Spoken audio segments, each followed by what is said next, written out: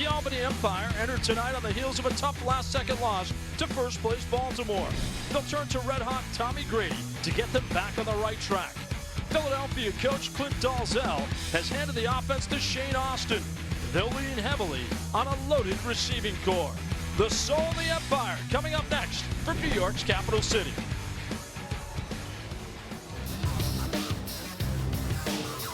Albany and Philadelphia, it's a swing game for both squads. Moving time in arena football as both teams head down the stretch of the regular season. And our standings, Baltimore with a win last night. They won by 30 points over last place Washington. So they're in control at 7-2. Albany at 5-3 and the Soul at 500. Hi, everybody. It's great to have you with us inside the Times Union Center. I'm John Perrell with AFL Hall of Famer Pat O'Hara. Pat, Philadelphia at 4-4. What's going on in Philly? That's uncharted territory. That's some injuries. And last week really handed Washington Valor their first win of the season. That's really an eye-opening experience for Clint Dalzell, but it's a new week. Don't count Clint out.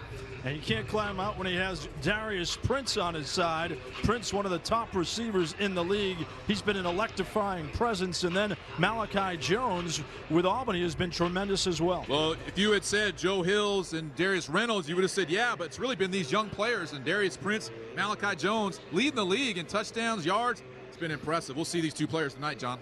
And the guys pulling the trigger, Pat, you got Shane Austin on one side, and then Tommy Grady, who's looking like the MVP in the AFL.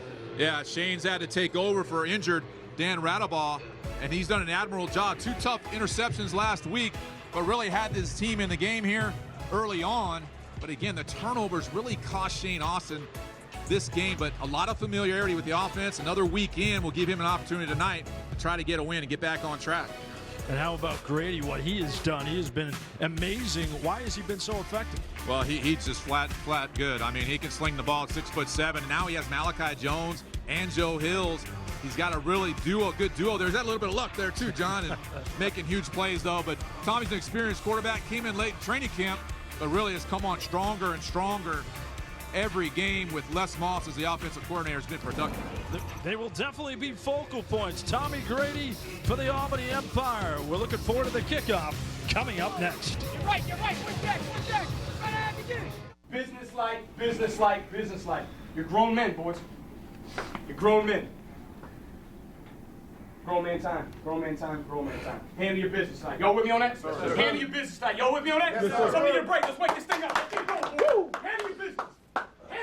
The always enthusiastic Rob Keefe, the head coach of the Albany Empire. Welcome back inside the Times Union Center, everybody. John Perrell with Pat O'Hara, Tommy Grady getting ready.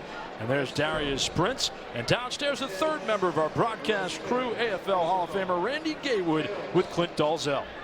Coach, back in this building again, how would you assess the way that Shane Austin has stepped in to lead this football team? You know, being here for 2 weeks, I thought he's done well. You know, it's a real similar system to what Steve Tunn run. We have same terminology, things like that. So I was able to start him last week with only a week. So I thought he did well. I thought he'd probably a B in there somewhere for giving him a grade. How is Dan Radabaugh, and what's his status as you prepare to make a run into the playoffs? He's probably still a couple of weeks, working slowly. You know, it's the most important thing is make sure he's ready for the playoffs. We're not going to put him out there too early. Always a pleasure, Clint. Good luck to you, buddy. Guys. All right, Randy. Steely-eyed determination of Clint Dalzell, one of the greatest competitors in this league. And Rob Keefe is one of those as well, doing a great job, Pat. 5-3 record. They've won 5 out of 6. Remember back in May 19th, they handed Philadelphia a loss that snapped the Soul's 20-game home winning streak. So they have the special sauce to beat the Soul. Yeah, they have a really good roster. You know, Les Moss and Rob Keefe have put together a tremendous roster as this league really contracted going into this year. There were a lot of great players available. A lot of them decided to come to Albany, John, and it started off a little bit slow because Tommy Grady, their quarterback, came a little bit late. And then once he got going and got his feet underneath them, this team's been on fire. I mean, last week was a tough loss, but they've done a great job. You see the rules of the game, John. It's a 15-minute quarter game. It's a running clock, which makes this thing go fast, but it all happens in the last minute of each half. That's what's exciting. Field's 50 yards wide. It's like a hockey rink. No punting. You won't see a lot of punting or field goals for that matter. And There's no outside stunning twisting. The ball's live off the net. Wide receiver mounting around in motion. It's a heck of a time, John. It is. If you haven't seen arena football, you're going to love it tonight. A lot of scoring. And Philadelphia won the toss. They deferred as Albany will get the ball first. And that means we'll see Jordan Williams, the man on the wall for them. They want to improve their kick return game. They're trying to get more production off the net. As Rob Keefe has emphasized that the last couple weeks. I heard you and Dave Ryan last week talk about the complexities of the final minute as we work toward the final minute of each half. We'll get into that, but you really have to have a sharp football mind to get through that final minute. You do. It's unusual. You'll see it here. You know, stay tuned to watch that because there's some unusual calls and some things you wouldn't normally see from the outdoor game. Adrian Trevino will tee it up from the goal line for Philadelphia in the away gray jerseys. Trevino was the reigning AFL kicker of the year. As this one heads to the slack net, taken out by Williams, trying to find a seam, and he's brought down at the 4-yard line. Brought down by Aaron Washa, one of the top special teams performers for the Soul. Tommy Grady, Mr. Consistency. He has put up some huge numbers. 49 touchdowns, just 5 interceptions, 65% completion rate. As a former quarterback, you know how difficult that number to achieve is. It is, and what's really interesting about Tommy is he's 6'7", but he's probably about 6'8" in reality, and he's able to get the ball out quickly. That's tough to do for a long-armed, long-legged guy, but Tommy can do it. And he'll send the man in motion, Superman, as he coined it, Joe Hills. Grady, the drop, looking up top, going for the low ball. Joe Hills, and it's broken up. Oh, it was there for Joe. Good coverage, though, applied by Philadelphia and James Romaine, but a nice touch by Grady. Yeah, Albany trying to take a shot right off the back. A little bit of push off there, but Joe Hills, a rare drop. Would have been an easy score. A great ball by Tommy Grady. That's one Hills is going to be seeing for a long time. This is a guy riding an 88 consecutive game touchdown streak. It's unbelievable, and that alludes to his health too. Like being able to stay healthy, be available for 88 games is tremendous as well. Last week he was a handful. 9 catches, 142 yards, and 4 touchdowns, and the Empire lost. Oh, they got a touchdown here. There's another one from Malachi Jones. Touchdown, Empire. You called it, Pat O'Hara. Malachi Jones has been instant offense all year. Well, it's a 1-2 punch, John. Joe Hills, Malachi Jones. Malachi Jones really could easily be the rookie of the year leading up to this. But watch Malachi Jones in high motion here. He's just going to run a post and go high angle, and Tommy's going to throw it the length of the field virtually for another score, sending James Romaine defensively on 2 40-yard sprints down the field.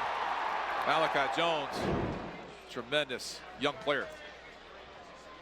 Kenny Spencer in to attempt the extra point.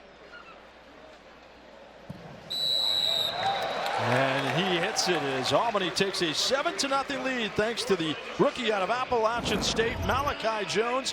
This is his 16th touchdown catch of the season, 45 yards, and the Empires strike first.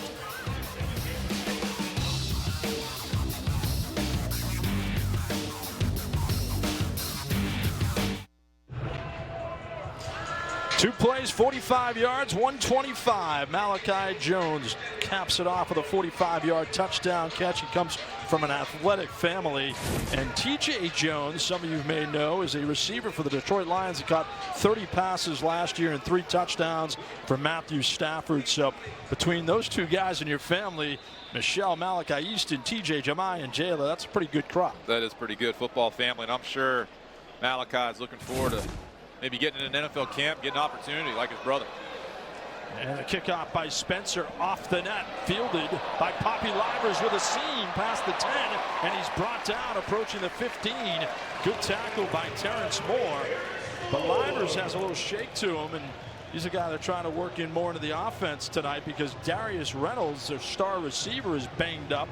So he might only play in red zone situations. Yeah, and also Livers good off the net, and he just was unavailable last week. See Shane Austin here.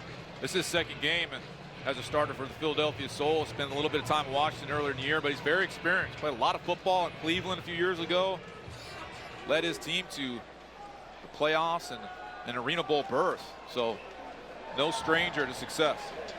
Austin lets it rip. First one in, and we got a souvenir for a fan as it was over the outstretched arms of Kalena Moku. Austin, 6 foot, 200 pounds, out of Hawaii, 18 out of 33 last week. 6 touchdowns and 2 interceptions in their 1-point loss to Washington. As we look at their offensive stars, Jeremy Richardson, a good fullback, Prince, Kalena Moku, Reynolds, Tivis, Manley, and Newell. Manley usually the tight end. Yeah, he's a versatile player. He can play center, tight end, and fullback, so a very versatile lineman is Manley. So on 2nd down and 10, Austin gets pressured, look out. Now he scampers past the 20, first down and more past midfield, and hit at the barrier by Varmasoni. So well done by Shane Austin to escape trouble. Yeah, he really showed a good job of ball security here when you're on your platform. Rips at the ball, Joe Sykes, but good ball security by Shane Austin. Joe Sykes off the edge, leads the league in sacks. You got to be aware of him. But Shane, look at the move he makes on Terrence Moore. Is a heck of a jack linebacker, and nice gain for Philadelphia. And Joe Sykes, big number 1 for Albany with 7 sacks to lead the league, and he has 60.5 career sacks. So he needs a half a sack tonight to bypass the great Sam Hernandez, an AFL Hall of Famer, to become the all-time sack leader. Here's a screen to Darius Prince. Nice move past the 15 and stymied at the 10. Stood up by Derek Summers, and also Mario Norman was there. And that's a big addition for the Empire. He did not play last week. One of the better defensive backs in the league. Stevens is out of the lineup. It's Sony Hobbs and Mario Norman. And then there's Brandon Cisse with Darrell Cato Bishop and Joe Sykes. And how about the job that Terrence Moore has done at jack linebacker? Yeah, he's the leader of that defense. And he leads the league in interceptions from the jack linebacker position. So that's impressive when your jack linebacker can do that. A first down gain for Darius Prince as the ball rests at the 10. Reynolds the man in motion. And another screen. This time Prince moving it to the 6. Before he was corralled by Varmasoni. Sony with 40 tackles, 2nd on the team. He also has an interception. And this is the type of style of defense Rob Keefe runs for the Albany Empire. It's a bend and don't break. Hey, they might be able to work the ball down the field in the red area, but this is where really defensively they try to turn you away because there's not a lot of room, as you can see, dimensionally in this red area in the Arena Football League. Soul offense averaging 46 points a game. How about Prince getting stood up inside the 5 by Mario Norman? So it'll be 3rd and goal. Norman has great field skills. Yeah, and he's a great tackler. They missed that last week in the loss. You see Mario Norman, watch him form tackle correctly. Last week, Brandon Stevens had a really game-costing missed tackle, that went for a long touchdown. Good to have Mario Norman back for the Albany Empire. Yeah, Stevens just out of nowhere slipped. The receiver went right by him. Yeah, you have to be sure tackler when you're keeping everything underneath you. You got to keep everything. Now Aaron washes in motion, a little flip to Darius Prince over the top for an end zone score. Touchdown, Darius Prince. He's so athletic, he's developing into a supreme target for Shane Austin. Before that, Dan Rodabaugh, Phillies on the board. Well, it's important for Shane Austin to get the ball out quickly. He can do it. Watch how quickly this ball comes out. And it has to in Clint Dolezal's offense. And look at the effort by Darius Prince for the touchdown.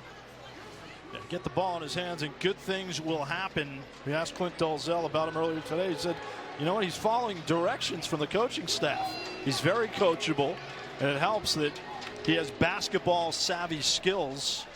He has that big target, that large frame. You know what it's like to throw to a big target. And why not go to him in the red zone? As Trevino will attempt the extra point out of the hold of Greg McGee. So we got a tie ball game in Albany. Darius Prince, first team All AFL perhaps. He certainly solidified himself as a great target thus far.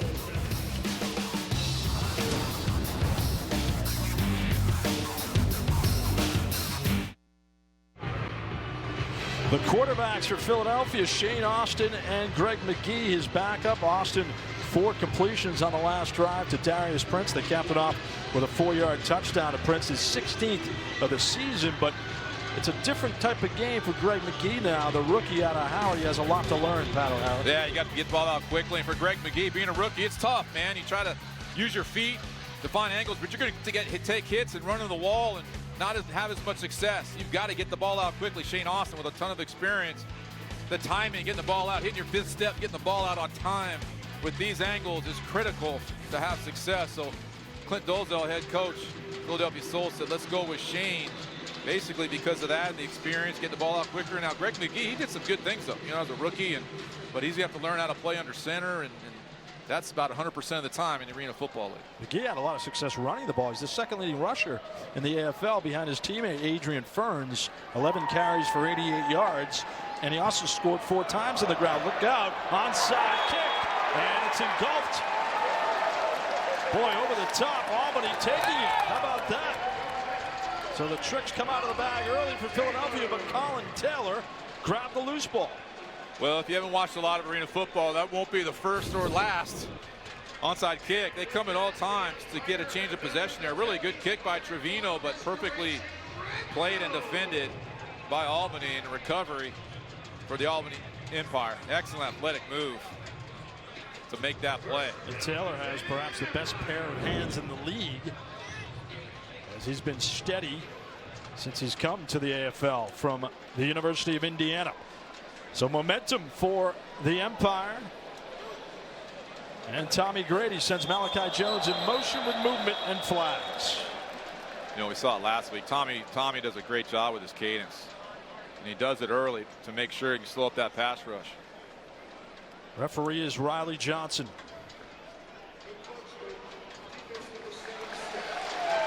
Five-yard penalty. First down. I mean, that's been consistent, and he does it early in games to ensure he can make sure he can be protected and keep the defense off balance, and he does it quite a bit and does a good job at it. And Grady's leadership is a big part of his profile now in Albany. That's something Rob Keefe told us. Been surprised how strong a leader Tommy Grady is. A quiet guy, but he still leads by example. So Grady with a pump fake, fires, and Joe Hills walks in for a touchdown. 89 straight games with a touchdown reception for Joe Hills. I like this change up.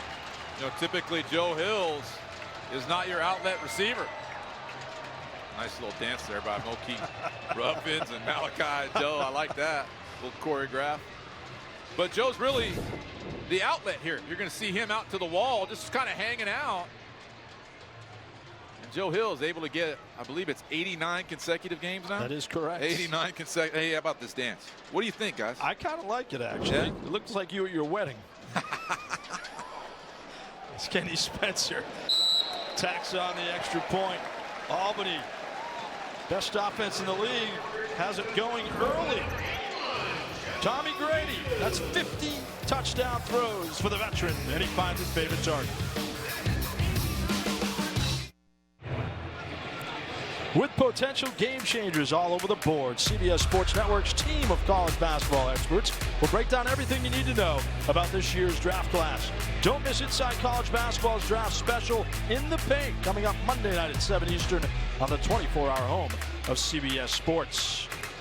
With Pat O'Hara and Randy Gatewood, I'm John Mita Perrell. Good to have you with us on a Saturday night in Albany. And the Empire striking quickly. Joe Hills with another touchdown catch, a high kickoff, and Poppy Livers takes it out. Planted at the 14, and Shane Austin will get another chance to operate under center. How about this last drive, Pat? Yeah, you talk about quick decision making and getting the ball out, and Shane Austin does that exact thing. You see the quick decision, hit your 3rd step, be decisive with the ball, and this one no quicker than any other throw. That's about as fast as you can get. So a nice job to start off with by Shane Austin. 4 for 5 on the drive with a touchdown to the fresh Prince of Philadelphia. Darius Prince, step aside Will Smith. There you go. I like it. I have to give a tip of the hat to our good friend Sed Bonner for that one. I think he's trademarked it.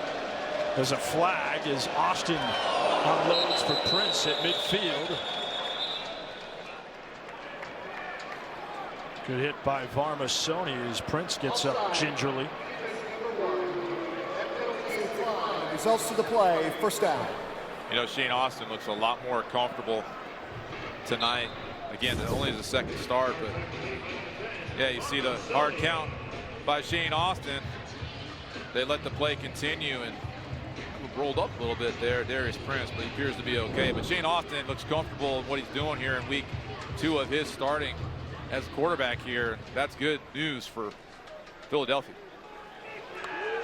Yeah, Austin very comfortable in the Dolezal offense. Now just a little flip inside the 20 to Prince. That's his 6th catch already. Under 5 minutes remaining in the first quarter, so you know who they're targeting without Darius Reynolds. Probably just in red zone situations. Kalena Moku is a good decoy for them too, and Poppy Livers will be in the receiving core, but Prince is going to feast. Yeah, 11 catches, 125 yards back in May against Albany, and big night. So, but I really like what Shane Austin's doing from the quarterback position, and he's doing exactly what Coach Dolezal wants him to do. Now the handoff to Jeremy Richardson inside the 10, puts the head down and gets upended. Jeremy Richardson, the burly fullback, also plays MAC linebacker at times, but he's a threat. Now they had Michael Benson last year as part of their championship team. Benson had 20+ touchdowns, but Richardson picking up the slack with Adrian Ferns. Yeah, this is more like Philadelphia offensive football. For Clint, he's had the same quarterback for every game for years. He knows what to expect from his quarterback, and when you don't have that, it changes up your play calling and your rhythm. Right now, this is Clint's type of offense, the way he wants to call it. So, again, this is a good sign for Philadelphia. First and goal inside the 10 for the Soul. Austin with pressure from Seither, and he's planted at the 18. Oh boy, they brought the heat, and Shane Austin had nowhere to roam. Yeah, this is a blown protection. Unusual for Philadelphia. This whole line slides to the left. You've got everyone going here. You gotta block Seither, or he's gonna come free. And he comes under, makes a huge play and a sack. Seither's industrious. 3 sacks for him out of Georgetown in Kentucky. They missed him last week. They called him up off the injury reserve this week. So Austin dumps it across the middle for Washa inside the 5 and hammered at the 4. Good throw by Shane Austin on the side adjustment. Arthur Hobbs and Mario Norman combining on the head, but Washa out of Michigan State. Good red zone threat. Yeah, good Shane, good platform movement and sliding around, finding an open area. He is only 6 feet tall, so you can see how tough it is to see, but a good movement and sliding. It finds Washa. Ball down now on the 3-yard line. 3rd down here for Philadelphia. 3rd down and goal. 3 wides to the near side. To the corner. Washa got it for a touchdown. And a late flag thrown by the back judge. Yeah, there's a lot of picking and movement offensively. Offensive pass interference, number 7. 10-yard penalty, 3rd down. Yeah, Darius Reynolds kind of working down the field, and there's some picking going on down here. There's a whole group of guys, but you're going to have to play it for me to see it. But this is Darius Reynolds who the penalty's on. And there's just a lot of picking and movement at the line of scrimmage that got Adam Washa wide open. And the good news for Philadelphia is they get the down over, and actually they get a little more room to work, which kind of sounds weird, but got a little more room to work with down here. Yeah, Washa with a touchdown wiped off the board. He has 3 of them this year on 3rd and goal. Austin fires. What a strike and a score. Darius Prince again. The 2nd of the night. Terrific throw by Shane Austin. Yeah, and great protection that time by Philadelphia. That play took a long time to develop. If you're Rob Keefe, you want your defense to get after the quarterback more, but Shane Austin again, good movement, platform movement to find Darius Prince. he just slides really small movements to get guys open. It's tough for the secondary to hang on their guy for that long. And Darius Prince with a 13-yard touchdown catch. So this big crowd has been silenced. Good counter punch by the Soul. And Adrian Trevino after the tough snap. Good hold by Greg McGee. And Philadelphia ties it up. Randy Gatewood has Shane Austin downstairs. Shane, great job this first half. How does it feel to be here in Philly with all these weapons? Oh, man, it's a great opportunity, great organization. They know how to play here. They know how to win, and it's great to be able to come in and have this opportunity to go ball with these guys. Man, the ball's not in your hand that long. 1 second, 1.5 on the release. Is that something you've always done throughout your career? That's always been a part of my game. This offense is tailored to that. You want to get the ball out quick. I'm just trying to beat Dan. He's got the quickest release in the league, so I've learned a lot from him while I've been here. I like it. Back to you guys. All right, thanks, Randy. Randy, former great receiver, an Iron Man in this league, too. Did it all. Great to have him on the broadcast. I'm surrounded by Hall of Famers. Well, you know, what's interesting, John, is watching pregame warm-ups, injured quarterback Dan Ridebaugh for Philadelphia, spending a lot of time kind of doing a little bit of coaching on the field, spending a lot of time talking to Shane Austin. Was actually calling some of the plays in pregame and keeping him in the huddle, and there's Dan right there. So it was a huge loss when he went down, but I tell you what, they're onto something here with Shane Austin in the interim until he can return from the left shoulder injury. You guys have remarked about how quick Austin's throwing the ball, and that's really part of the Clint Dolezal offense. You've got to get the ball out of your hands in under 2.5 seconds. Oh, yeah, really, really fast. And Clint Dolezal, when he played quarterback, that's the way he played as well. This time they stay away from the onside kick. Trevino goes off the net for Jordan Williams, the rookie out of Edinburgh. Moves it past the 5, down the far side, and hit at the barrier. Albany will start with it at the 12-yard line with 43 seconds remaining in the first quarter. And Tommy Grady, 6'7", 6'8", 6'9", maybe 7 feet.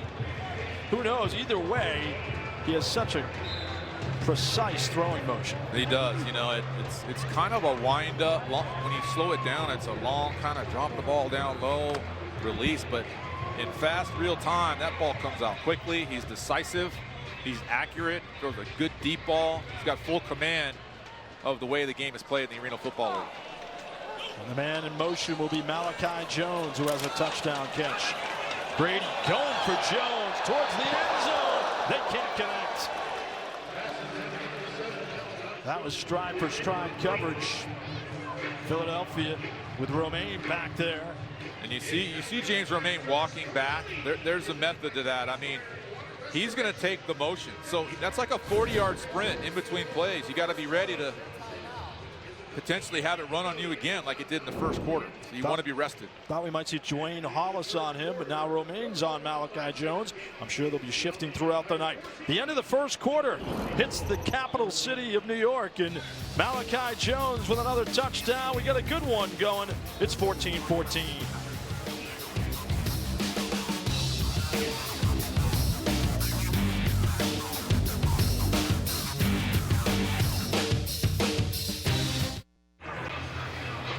Quick strike offenses on both sides. Tommy Grady and the Albany Empire tied up with Philadelphia as we begin the second quarter from the Times Union Center. Happy Father's Day weekend, everybody. And thanks for spending part of it with us. Clint Dolezal, pensive on the Soul sideline. A swing game, Pat O'Hara, as they're 4-4 and looking for some momentum. Absolutely, and this is a game they really want to get. Grady, take that deep drop. He unloads it for Hills inside the red zone and hit at the barrier at the 6. And if you're in trouble, you might as well find Superman and Joe Hills feasting in the open field. This is a great job because they're trying to go high angle, but they flatten the ball down because the way the defender is playing, you don't see a lot of these flattened down corner routes to Joe Hills, but Tommy smartly puts this ball on the line out to the wall for Joe Hills. Well executed. You try to get to the middle of the field and then go high angle and let the quarterback bring you flat. And Tommy does a good job because defensively they're going to try to play really high on top of Joe Hills. Clint Dalzell says we play man-to-man. We live or die with it. And we have to stay in front of Joe Hills. 31-yard gain as they beat James Romaine. Grady going to the end zone for Greg Carr.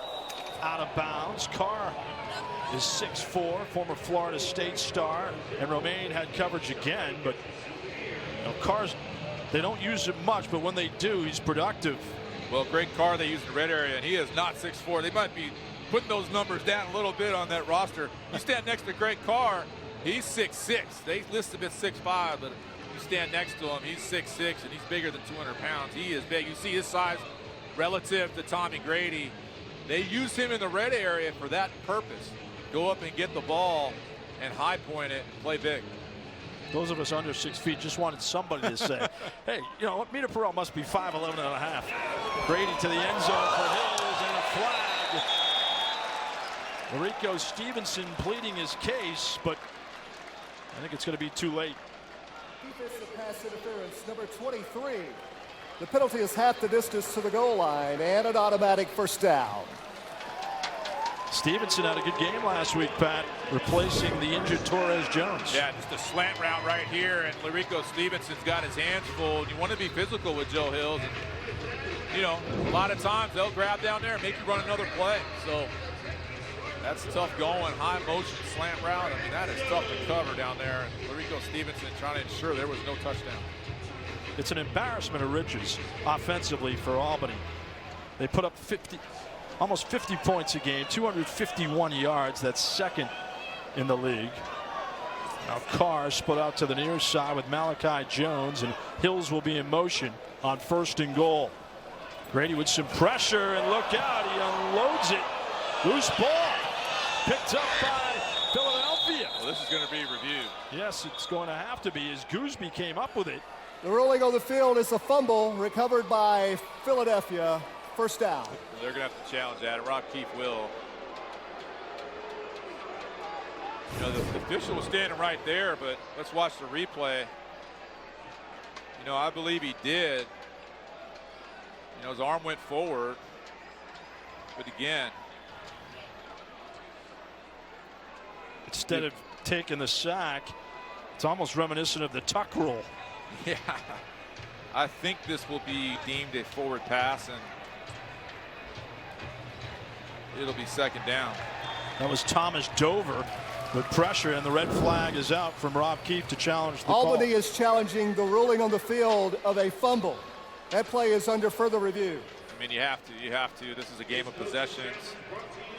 You look at the possessions so far that we've had tonight, it's been 4 possessions, 4 touchdowns. I mean, you come away with points. If you lose a possession and lose it, I mean, literally it costs you the game. So you got to challenge that. I think it's a good challenge by Rob Keefe.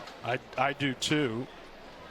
And one thing that Tommy Grady has done throughout the year, when he's under pressure, he'll tend to do that. He'll just flip the ball away, flip an underhanded. Okay, guys, the ruling on the field was the ball was loose out of the quarterback's hand and recovered by Philadelphia. So if you can run the play, let me take a look at it. All right, go ahead, run the play. All right, he comes forward. All right, do you have any other shot? Looks like his hand was going forward there. Okay, hang on. All right, the first time I can see his arm going forward. That if it comes out there, it's incomplete. Now he starts it forward. That's an incomplete pass. All right, guys, we're gonna change the ruling of his arm coming forward, and he was hit and incomplete. Let me look at it one more time just to verify, if you don't mind. Yeah, give me the side angle. Yeah, that's incomplete. His arm was hit going forward, so it's going to be second down. Get the previous spot. Okay, got you. 2nd and goal. All right. Thanks, guys in the booth. Excellent work. All right, great job from Riley Johnson, and a credit to our staff, headlined by our producer Adam Coppinger and our camera crew. After review, the quarterback's arm was coming forward and hit by a defender. Incomplete pass, not a fumble. 2nd and goal. Albany will not be charged a timeout for their challenge. Good challenge by Rob Keefe. Yeah, a good challenge, but you lose that challenge that you had. But yeah, good challenge. And you know, the officials want to go and confirm it, and so we're in a second down situation here for Albany. But good pass rush by Philadelphia there, the last possession. That's something that they're going to need to make Tommy uncomfortable back there. That's the thing. If you're 6'8" or 6'7", whatever you want to call them, it helps when guys like Thomas Dover are on your back. Easier to elude them, maybe? Yeah, I mean, he's a big, strong guy, you know, and just able to get enough on the ball to make that an incompletion. So some newfound life for Albany on 2nd and goal inside the 5. And the handoff to Malachi Jones. He scampers in. He was untouched. Jones can do that. That's his 5th rushing score of the year. And Albany strikes again. You know, when you play the same team three or four times a season, you kind of save some plays. These are things you haven't seen, and you're going to see a shift. And then Malachi right up the boards here. You got great, everyone running like a gang out here on the gang sweep. Student body left, just running up the wall and scoring. Malachi Jones brings that element as not just a receiver, but tremendous play strength, and he rushes the football well. So nice play call by Les Moss. Les Moss, one of the best offensive minds in the AFL. Kenny Spencer. And the extra point is good. So Malachi Jones does it through the air and on the ground. And Albany capitalizes in the capital city.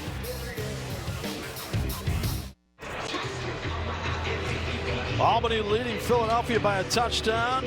And Malachi Jones having a big night, as we expected. He was part of our pregame show spotlight. And Albany efficient and Philadelphia efficient, Pat. Shane Austin having a good night. It's been a product of total efficiency. I mean, 8 plays, 3 touchdowns. That's pretty good in a quarter and a half of play. Darius Prince, 7 receptions. As expected, you know, putting up the numbers. And Malachi Jones really done a good job on the ground and catching balls down the field. It's been a good game so far. This one off the net, fielded by Poppy Livers. And look out, he is planted at the 1. Al Phillips brings him down. Ferocious special teams play. Phillips was brought in a couple weeks ago as a backup defensive back. Yeah, left the Army Reserve to come play a little arena football. A veteran in this league has added a good dimension for Albany with his leadership and discipline. So Philadelphia, what you've seen of them early on the offensive end, with 11:20 remaining in the first half, it's more of the same. Shouldn't it be here in this possession? I think so. I mean, it's been 100% scores on every possession. I wouldn't expect anything different. They'll send Kalena Moku as the man in high motion. A quick flip to Prince and a rare drop by Darius, who's had a huge night. And let's go downstairs to Randy Gaywood with Dan Rodabaugh. Guys, I'm here with Dan.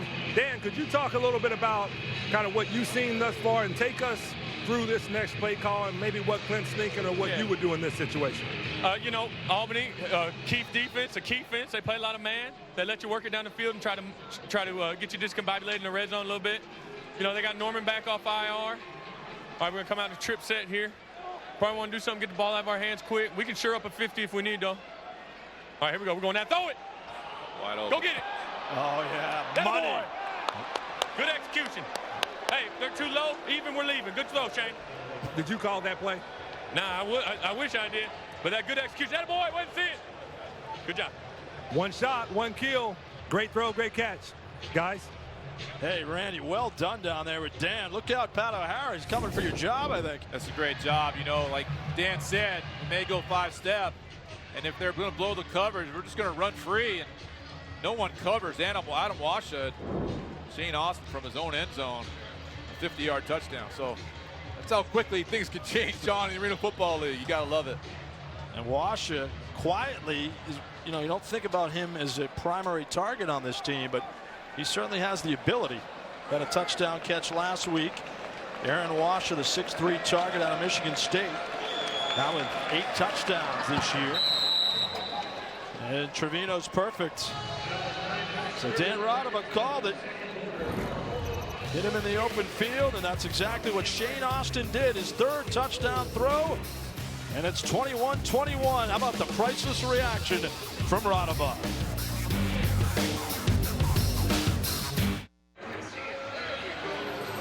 Tuesday night at 7 Eastern, CBS Sports Network tells the stories of 3 women college athletes who faced adversity yet returned to their sports with resilience and extraordinary success. Don't miss Defying the Odds, the 2018 Honda Inspiration Award on the 24-hour home of CBS Sports. With Pat O'Hara, Randy Gately is field level. I'm John Mita Perrell, and 21-21, both teams on schedule. Possession game, everyone scored. Everyone scored every possession. These type of games where you see unusual onside kicks, so expect them at any time to kind of change the tone of the game. Trevino tried one earlier. This one he'll send towards the wall and off the net, fielded by Jordan Williams with an alley and a flag thrown as he gets tackled at the 9. A flag thrown like that, it typically goes against the return team. Grantis Bell is the back judge, former AFL player. During the return, holding by the return team, number 13. The penalty is half the distance to the goal line from the spot of the foul. First down. As Grantis chimes in, it's a block in the back. Wes Mawia. A correction, it was an illegal block in the back by the return team. Yeah, Grantis Bell showing a good arm throwing that flag. I think he threw it about 35 yards in the air. He is a former arena player, and he's been doing this referee thing for quite a while. Tommy Grady just 3 completions, but you know what? They've all counted. Now with 51 touchdowns this year as he rockets one out of bounds, intended for Joe Hills. And a souvenir for the fan. He'll give it to the young fan. That's the great call. That's what you should do. You know, when you're backed up as an offense like Albany is after that penalty, a lot of times defensively on first down, you'll see them kind of squat the route and anticipating a short route, and that's exactly what happened. So Tommy had to throw the ball away. So how Les Moss, Tommy Grady react to this will be interesting on second down. What does Moss do from an offensive perspective that maybe some other coaches don't? I think the great thing is he has such a rapport with Tommy Grady and a ton of experience. You see them squat and go deep. Jones, the intended target. Well, that was the answer. You know, they squatted the route on first down. Tommy had to throw the ball away. So let's go 2 guys short and take 1 deep. And you got to make them pay. That's why the statistics aren't great right now, but that's because they're low percentage throws. They're squatting these routes. You got to make them pay when they do that. Tommy misses Malachi Jones. Tommy Grady comes into the facility at 6:30 most mornings, and he's extremely diligent with his film study. They call him an extra coach, and he'll look at that this week and say, man, what was I thinking? Yeah, well, you know, Tommy and Les Moss, they really think alike. So sometimes Tommy will call the play, Les will say okay, and sometimes Les calls it. So it's a back and forth deal as far as that goes. On 3rd and 10, they'll send Hills in motion. And a flag up for grabs and batted away. Good coverage by James Romaine on Hills. It's going to be defensive hold. Yep. That'll be a first Illegal down. contact, number 25 on the defense. 5-yard penalty, automatic first down. Romaine in his 9th year from Delaware. James Romaine, he's a very savvy player in the middle, and he's going to play physical with Joe Hills down the field, and you can see some contact there just to slow Joe Hills down at 6'4", 210 pounds. Just trying to make that's only a 5-yard penalty, but it is a new set of downs for Albany.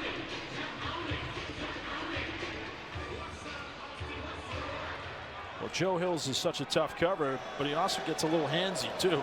Yeah, it's definitely a fist fight down the field with Joe Hills. So first down for Grady, and Hills is wide open past the 15. Trying to elude the tackle, but at the barrier. So Joe Hills back in the open field as Larico Stevenson was closing in. It's a nice job by Tommy Grady being patient. Williams on the deep ball, just trying not to force the ball down the field. Philadelphia, particularly a man coverage team, play a little bit of zone. Tommy is the open guy for another first down.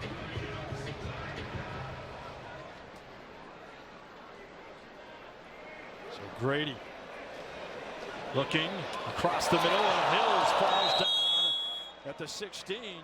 But another first down. Joe Gooseby is there to mark him down after a 12-yard gain. Yeah, Joe's disappointed himself that he slipped there. He knows it. He had some extra yards after the catch there available to him, and Joe just slips. Another good read and good patience by Tommy Grady, working the ball down the field here. 2 throws, 2 first downs. It's becoming even more methodical now for Grady. Gooseby, one of the best linebackers in the AFL, out of Tulane. Hills will be set in motion again. Looking for Taylor, and Hills to the end zone. He comes down with it. Are you kidding me? Joe Hills, the secondary target, but he still comes down with it. And he has his second touchdown of the night. I'll tell you what, I wish we had. There's 3 plays that since I've done these games up here in Albany where Tommy's really been lucky on some throws. This ball's tipped. He hesitates. He's got Joe Hills open early, but that ball's tipped. Joe Hills bobbles it, but the concentration. Joe Hills does this every game. His tremendous ball skills and concentration and not letting the wall affect him. Nice job by Joe Hills. And Spencer's been busy converting extra points. So it's 28-21 Albany. 4 possessions, 4 scores. 2 of them by that man, Joe Hills. Joe Hills, 4 touchdowns last week. He's the master of the deflection, isn't he? And the concentration level too, and not letting the wall affect you. High point of the ball security, and then tonight this ball tipped the line of scrimmage. I mean, that's ball courage, that's concentration, that's a great understanding and play strength by Joe Hills. And Randy Gatewood has him. Randy, what does Joe think about the last one? Superman. Several acrobatic catches the last couple of weeks, bobbling, catching them, concentration's great. Walk us through some of your thoughts and when that happened, when everything's going on like that. Take me through it. It's just really bad concentration by me, man. I got to catch it on the first time. You know, in the meeting room, that would be considered a drop. But, yeah, man, Tommy's just throwing good balls, and I'm just holding on to him. 89 consecutive games with a touchdown reception. Talk to me. Come on, man. That's like unheard of in this day and era anyway. It just comes with hard work, man. I come into work every day with my hard hat on and, you know, just getting it, grinding, you know, the grit of the game, staying healthy, and you see the numbers. I'm sure there's probably a few more left. You got a few more left in you tonight, right? Absolutely, absolutely. I don't want to jinx it, but we're going to go out and do what we do. I like it. Thanks, buddy. Back to you. All right, Randy, and an onside kick during that discussion. Rob Keefe trying to get a possession back, but Aaron Washa grabbed it. Some good field position for Philadelphia inside the 10 as they try to tie it up. So we approach the 4-minute mark of the first half. Hills with 22 touchdown catches this year. Over 250 in his career, top 10 number in the AFL. And a hand up to Jeremy Richardson, who gets blasted by Derek Summers on the hit. Do you like the call by Rob Keefe to try to gain possession back? Yeah, why not? Because there'll be another one coming up soon. We talked about it earlier. This is a game where no one stopped anybody. This is a touchdown every possession. Something has to give. You have to force the issue and get a possession back. So now you shorten the field. You play defense, and I wouldn't be surprised if Philadelphia scores here that they might not onside kick. Yeah.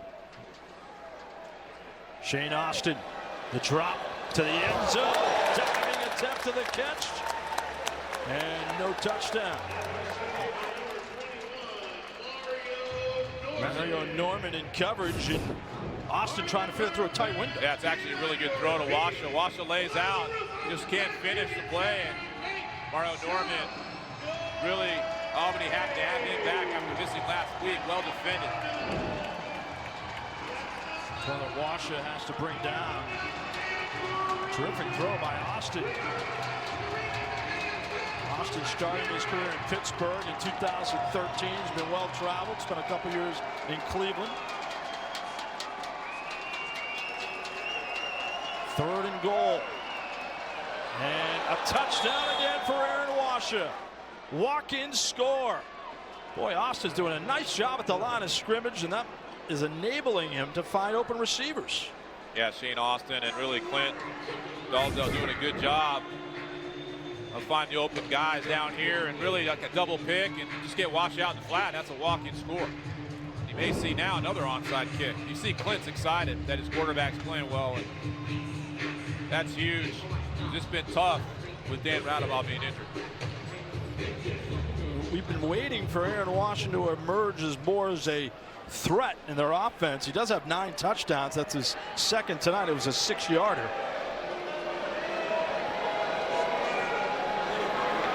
Trevino. And it's all tied up again. 1:50 left in the first half. And so look at Aaron Washa. And they're going to need Washa to step up. Prince already has. They need Washa to step up because Darius Reynolds is not 100%. And if you don't know arena football, Darius Reynolds is up there in the Joe Hills category, but really just kind of hobbled right now with injuries. You look at these first half possessions, John, it's been 4 straight touchdowns by Philadelphia, and really had to work the ball down the field. Shane Austin doing a good job at the quarterback position, working it down the field, and that's got this guy right here fired up. All right, so if you are Clint Dalzell, do you call for an onside kick? I mean, quite possibly. You may see 2 more onside kicks before this half is over. It's 1:50 left. You know, you may want to do it now because Albany potentially will have the ability to work the ball down the field and score last. It's all about scoring last in the half. And so you can see Albany, from a return standpoint here, they've got 7 players up and only 1 back. So they're defending for it. And this is one of those judgment calls. It could go either way. It would not surprise me here if Trevino did perform an onside kick. If you're new to arena football, you may say, what was Rob Keefe thinking? Attempting the onside kick, setting Philadelphia up inside the 10. Yeah, it's all related to time. Yep.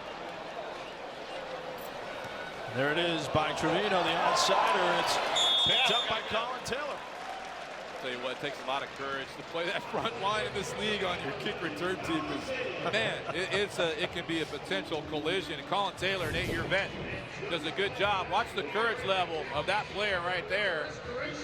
I mean, that's a kill shot. And Colin bravely stands in there for his team. Taylor had to withstand pressure from Adrian Ferns and company. Taylor from Indiana at 6'1", 205. He's been a little quiet this year. A little more of a secondary role than he had last year, receiving in Cleveland.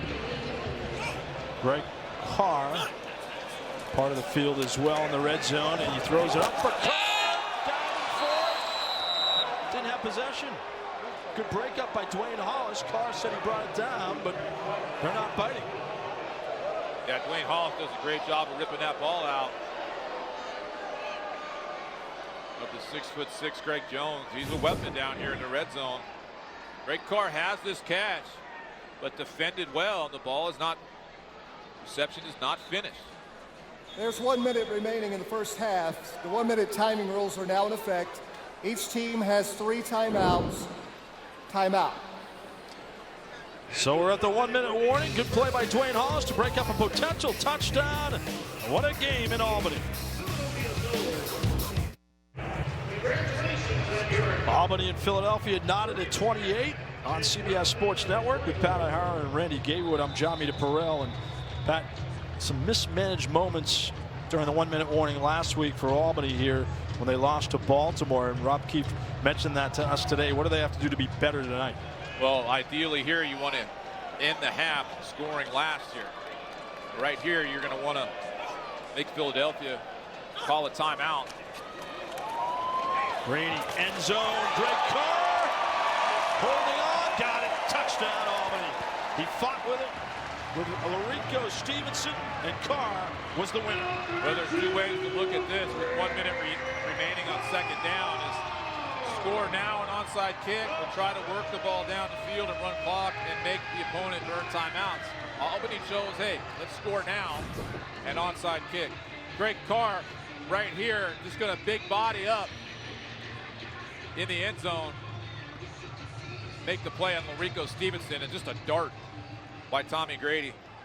Huge play. This will follow with another onside kick. Just like they drew it up. Kenny Spencer out of the hold of Mike Faithful. Oh, that's big. That is a huge miss. First miss of the night for Spencer. Kicking game rearing its ugly head with 55.3 remaining. And coming up at halftime, we'll look at last night's game. It was a shootout in favor of the Baltimore Brigade. We'll also bring you first half highlights and stats. Baltimore 72 points against the Valor at home. That's fun if you're for Baltimore, but for Washington, it's just been a tough season, you know. It's been tough, but this is where it gets fun. You know, you've got 55 seconds is a lifetime in the Arena League, and a lot can change, a lot can swing, and you're going to see Albany onside kick here. Or last week, John, they did with Kenny Spencer is that these kick into the ground, high hopper into the mid area of the field. They actually recovered one. So it wasn't essentially an onside kick, but it was like a hard squib high hopper. Yeah, I like the way you described it. If that makes any sense. I get it. A high squib, high hopper. But so Kenny Spencer does have some different modes in his repertoire. And who knows what we'll see here. We may see that one. You can see Joe Gooseby here around the 20-yard line, kind of lining up, kind of walking into your picture right here. That would be his ball, should that happen. In front of Gooseby, you have Jake Metz, a defensive lineman. You also have Jeremy Richardson. And there it is by Spencer. Ball loose in the open field. So it gets by the first line of defense. Kicks that hit the wall are dead. First down, Philadelphia. And Philadelphia will take over inside the 20-yard line at the 16. So here it comes.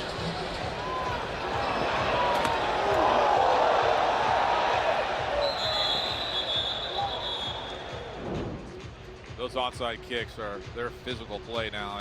And there's, you know, a bunch of them every game. Now this is where head coach Clint Dolezal does a great job when he has Dan Radeball at quarterback of managing this clock. He's going to want to score with no time left on the clock. Darius Reynolds is in high motion, and they're targeting Darius, fighting for it in the flag. Oh, Varmasoni, a push off on Darius Reynolds. Reynolds for so many years has been defensive pass interference, number money. 10. Penalty is half the distance to the goal line and an automatic first down. Was it a tough call, Pat? No, I thought that was a good call. A lot of fist fighting going on there. You see Varmasoni. You see this matchup right here with Darius Money Reynolds and Varmasoni. Nice move by Darius, and, you know, pushing off, grabbing. That's a good call by the official.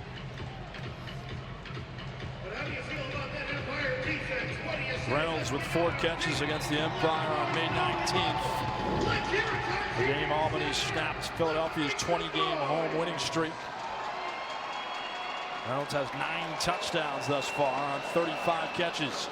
He's in motion, sprinting out Austin. He can run with it, and he gets hammered. Trying to put the shoulder down and gain some extra yards, but Albany wasn't fooled. Terrence Moore came over to bring him down, along with Derek Summers. Timeout, Albany. 30 Shane second Austin has charge had a good timeout. night, First of the making his half. second start for the Soul. Yeah, efficient, good decision making, getting the ball out of his hands, climbing the platform to find open receivers, and just doing a great job with his timing, keeping his team in the game. Scored on every possession, John. 10 for 13 and 4 touchdowns, and you know, it's just confidence. He said, I just have to get more reps. It's all about being composed. I feel like I can operate in this offense because, as you mentioned earlier, his offensive coordinator, Coach Clint Dolezal, and it was that type of verbiage he was familiar with in Cleveland. Yeah, you got to go back to the history. So Shane Austin played in Cleveland a few years ago for head coach Steve Tunn. Steve Tunn coached head coach Clint Dolezal at Grand Rapids when Clint Dolezal was a player. So a lot of the same verbiage has trickled down over the course of Clint's career as a quarterback and a coach. And so this is a good situation for Shane Austin to be in with this head coach. The Dolezal tree That's is right. sprouting with Aaron Wash in motion. So he tells him not to score. told him not to score there. Yep, Prince got it. And then he got Timeout, brought down. Albany. Summers brought him down. The timeout for Rob Keefe in Albany. It's a nice job of coaching. Clint says, all right, let's hit Darius. And he says, look, Darius, do not score. Do not score. We're going to make, that's what he's explaining to him. Tell him good job. Wanted Coach Rob Keefe to use up another timeout. So watch Darius Prince on this quick slant. The ball come out quickly, and then Darius kind of give up his body. He does not want to score there. He just wants to get a little bit closer. And Albany responds with a timeout. It's all about time management, timeouts, and possessions.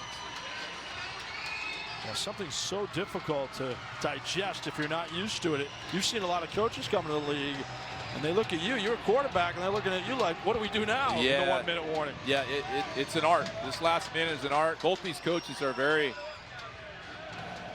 very good at handling these end of half, end of game situations as it relates to the arena football game. Rob Keefe calling for another timeout. Will he get it? Now he's off the field and calls it off. Instead, up the middle they go. Jeremy Richardson, the ball.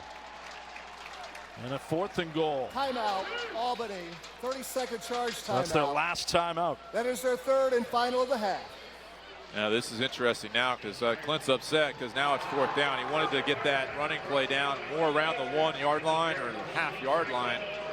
Because now this situation where you got to throw the ball. Now when Dan Radabaugh's at quarterback, there's so much familiarity with the head coach and Dan to handle these situations. It is a little different with Austin in there. So this is a huge call because if they don't score here, the clock will stop because of the change of possession. And there'll still be plenty of time for Albany to score last, even though they don't have any timeouts. So, again, the chess match is a beautiful thing about the Arena Football League. What would you call if you were Dalzell? Well, you know, Darius Reynolds, even though he's been dinged up, number 7, his nickname is Money for a reason. And these are the type of situations you got to try to find money. And that money is Darius Reynolds in this situation. Darius Reynolds is right here. Washer will be the man in motion on 4th and goal for the 3. Across the middle, touchdown. Boy, that was easy. Aaron Washer, have yourself a night. 3-yard touchdown, his 3rd touchdown of the evening, a hat trick for the pride of Michigan State. That was a clutch play by Shane Austin. This is a dart. Watch how quickly this ball comes out on the pick slant. Double move. Those windows are small. I'm telling you, this is a small window to get the ball in when you're 6 feet tall. Quick release. Outstanding effort. Watch the small window. Look at that. Great job. Well executed by Philadelphia. A big extra point try. Factor in the miss moments ago by Kenny Spencer of the Empire. Adrian Trevino. Oh, he got it back. That's amazing. Back tied up. You know, 9-foot uprights, it's tough for any kicker. Yes, it is. I mean, it is tough. It can be nightmarish. It can. Yeah, the ding of the bar. Listen.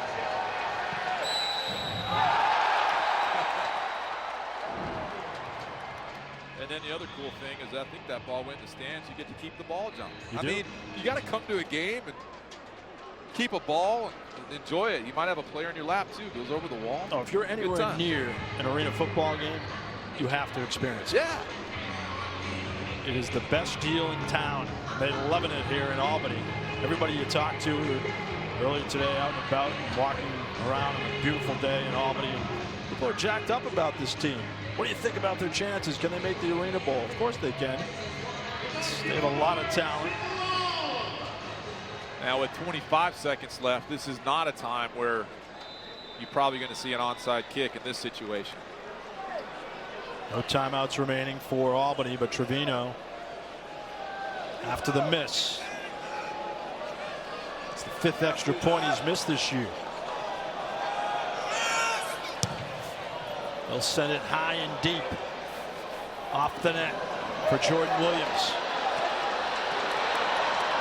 Brings it out past the 10 to the 12. So you got 21.8 and no timeouts.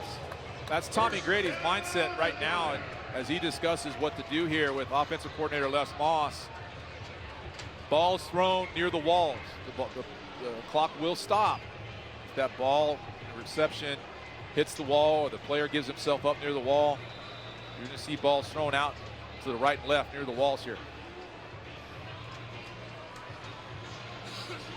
7 completions, 4 touchdowns. They'll send Williams in motion. Hills split out to the near side of your screen with Malachi Jones in the slot. And he's looking for Hills at the barrier. Good call, Pat. As that deadens the clock.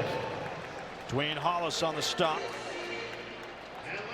And you know, it's just the dimensions of the field. And again, we're trying to get out to the walls here, and you're going to see the defense play soft, try to keep everything underneath them, make them work the ball down the field. And why not find Joe Hills on this outbreaking route? And Joe smartly gives himself up to stop the clock. But now you're nearly at midfield on one throw. That's what's interesting about the dimensions of the field. It's 50 yards long. So another throw like that, and you're in the red zone with an opportunity to score and go into the half with the lead. Tommy Grady once threw over 100 touchdown passes in a season. Looking for Jones, he got it. He holds on. Malachi Jones at the Albany bench in front of Joe Gooseby. Well done. Well done. This time work Malachi Jones all the way across the field. All the way across the field. The Jack linebacker just can't get there. Malachi Jones gets out of bounds and the reception. Tommy just touches this ball over the Jack linebacker's head. Nice job. Second catch of the night, 56 yards for Malachi Jones. That was an 11-yard gain. What a throw by Grady, who's moved past John Dutton, 7th place on the all-time touchdown list. Grady has 754 career touchdown throws. And then he unloads for Hills at the barrier, where he's knocked around by Dwayne Hollis again. But they're working the sidelines perfectly. Absolutely. And, you know, Philadelphia defensively somewhat willing to give up these short throws underneath because, again, these walls become your friend down here as a defense. They become an extra defender, essentially. So 9.5 seconds here. Right where Albany wants to be.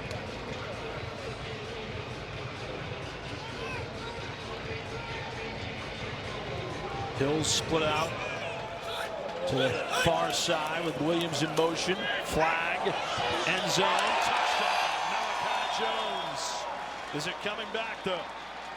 No, that's a great job by Tommy Grady with the cadence. That's going to be on Philadelphia, and that'll be a touchdown, leaving 5 seconds on the clock. So an excellent job by Albany, Tommy Grady, and Les Moss. Formation by number 76, shading. Penalty is declined. Touchdown. Walter Thomas called for shading. Describe what shading is. Well, the nose guard, he jumps off sides and he leaves his. As soon as he picks his hand up and gets in this area, they call that shading. And for Walter Thomas, as soon as he does that step into that gap, that's an illegal defense, otherwise known as shading. Kenny Spencer missed his last one, but he rockets it home. So Albany, the counter punching continues with a 7-point lead, and Malachi Jones has 3 touchdowns, 2 of them received. Yeah, essentially Tommy with the free play here and gets the most out of it, finding Malachi Jones. Heavy on the back right foot and just finding Malachi Jones. Nice job by Tommy Grady. Can we just hand him the Rookie of the Year trophy now? Malachi Jones, maybe. I mean, no one's been as productive as Malachi as far as all phases. He's a pretty complete receiver, and it's rare to see a young player like this have this much success. You look at Albany's first half possessions, I mean, it's just been a lot of scoring, touchdowns every possession, just a product of efficiency. It's been a lot of fun so far, John. Yes, it really has. You have to strap it in whenever you're watching or calling an arena football game, for that matter. Our crew's doing a great job bringing you all the action, all access. And for Philadelphia, you know, they deferred, so they're going to get the ball coming out. You know, it's going to be tough here with 5 seconds to score. I mean, you never know. You never know. But they do get the ball coming out, so this shootout will continue, I expect, in the second half. Jones has 23 combined touchdowns, 18 receiving, 5 on the ground. That's amazing. I love the guy's play strength, too, with the run after the catch. Powerful, good concentration. He has good size. It's pretty much all you're looking for is Kenny Spencer sends it deep. Poppy Livers off the net. And Greg Carr sticks him at the 7. Good pressure by Carr. Also Spencer trying to run it down. That brings halftime. So it was a shootout in the Capital Region, and Clint Dalzell is fired up about something. They're going to add a second. That's what he's asking for. They want him. They want a second added, but Clint Dalzell, I don't think, is going to get it.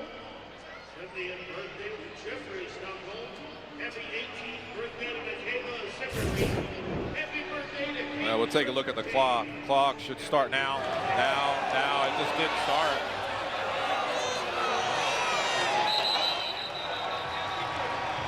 It looked like it started late, but it did start late, but they're not going to get it. Let's go downstairs to Randy Gatewood, Rob Keefe. Coach, how would you characterize the way your team has played in the first half? A lot of effort, a lot of energy. Proud of the guys. Philadelphia's 2-time defending champs. Regardless, without Dan Rodbar or not, you see how great of a coach Clint Dalzell is to get Shane Austin ready for this type of atmosphere. So we're pumped up. We're prepared for it. We knew it was going to be this kind of game. Did a great job of managing the 1-minute timing rule based on last week and this week. What changes what'd you tell the guys? Well, first off, we're teaching the fans what onside kicks are here. I mean, they're doing a great job of sticking with us and understanding why we do what we do. I should have called that third timeout a little bit earlier. We probably should have had about 4 or 5 seconds left. I pushed it just a little bit there. That's on me, but the guys are doing a great job. I would have liked to have got that stop on 4th down there, but they have the ball coming back out of the half. It's going to be a war of attrition, man. This thing's going to go back and forth. It's going to probably come down to whoever has the ball last. Each team has scored on every possession tonight as well. The defense is a little suspect tonight. What is it going to take to win this game? Well, look, they're now in the progression of the season where Clint's changing things up. So we got to adapt. We got to make the proper adjustments. We got to be prepared. All it's going to take is that one interception, that one forced fumble. We're going to get it. We just got to stick with the program. Sounds good. Best of luck. Guys. Excellent insight, Randy. Terrific job in the first half. We look forward to more in the second. Rob Keefe fired up. Hey, he should be. His Albany Empire dancing the night away as they lead by 7 at halftime.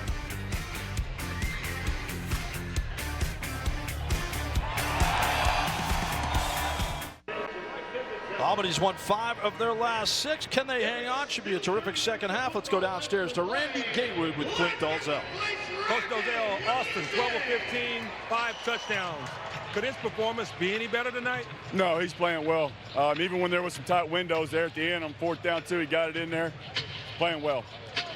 Overall, what do you have to do to win this game? How do you go on and complete the second half and win this game tonight? Well, we got to get some stops and get a little more pressure on him. Right now, they're just dropping back and playing bombs away on us. We got to do a better job in secondary. Sounds good. Guys? All right, Randy. Clint Dalzell, I'm sure, had some maybe not so kind words at times in the locker room. Usually fired up. 10 for 17 for Tommy Grady, as he said, sling it down the field. 5 touchdown passes, Pat O'Hara. Yeah, he's been slinging it down the field based on what Philadelphia has been giving them. You heard Clint say, we got to be better stopping the deep ball, and that's why the ball's gone downtown. And Poppy Livers at the wall, awaiting the kickoff from Kenny Spencer. Oh, bar ball. Livers lets it play off of him out of bounds. Always dicey when they hit it off the bar, and a huge first down for Aaron Washer. Hit the wall, touchback. Washer had 3 touchdown catches, and he was roaming free past the Empire secondary. Yeah, Clint's done a good job of developing this young player, and it's starting to pay dividends now, and he's a big-bodied guy who can earn his keep around the red area. So Adam Washer, a good first half. For him, it's going to be able to maintain that consistency as a young player. How difficult is it for a young guy coming into the league not only as a quarterback as you play, but learning the routes. Clint Dolezal said a lot of the receivers last week cut off their routes too short. Yeah, the angles are different, and you just got to get, you know, when you run in high motion 10 yards before you even cross the line of scrimmage, that's different in itself. Personal foul, roughing the passer, defense number 3. 10-yard penalty, automatic first down. That's on Darrell Cato Bishop, a name we didn't call often in the first half. The 6'4" defensive end from NC State. Yeah, you can see Cato Bishop, the top of your screen right here. It goes to the head area. Whenever you go to the head area in a quarterback, regardless of intentional, non-intentional, in today's football, that's going to be a foul. Mario Norman back in the Empire lineup after missing last week's loss to Baltimore. Their best corner. A 10-yard penalty brings it out to the 15 for the Soul. PK Manley is the center. Jeremy Richardson in there as the fullback. They'll send Darius Prince in motion. A deep drop by Shane Austin. Going for Prince down the middle and incomplete. Good coverage by Arthur Hobbs. I'll tell you what, that's great coverage by Arthur Hobbs. That was really patient. Good coverage on Darius Prince. And I really like the way he defended that play against Darius Prince. Well done by Arthur Hobbs. Watch the patience by Prince at the top of your screen here. Not interfering, just running on the hip. Well done. Hobbs from Nebraska Kearney in his 3rd year.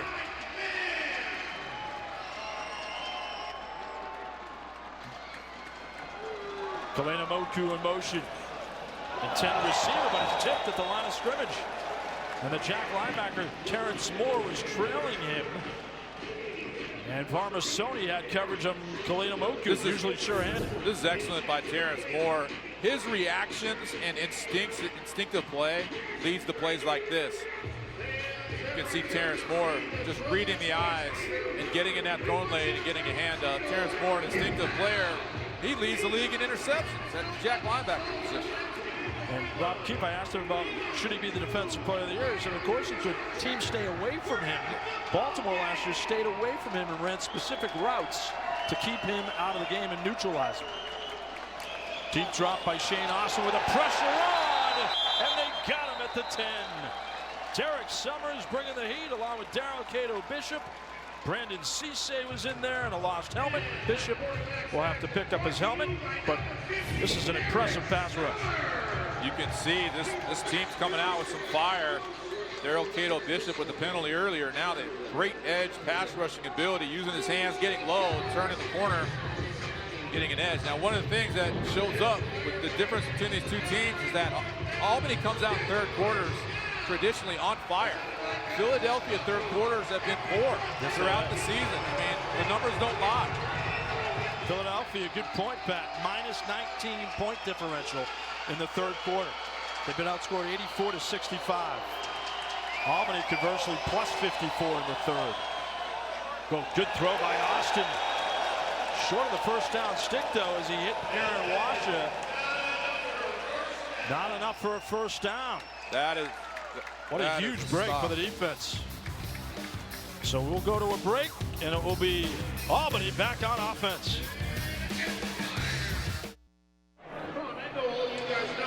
Largest lead of the night for the Albany Empire, 47-34, and Randy Gatewood has the man of the hour, Malachi Jones.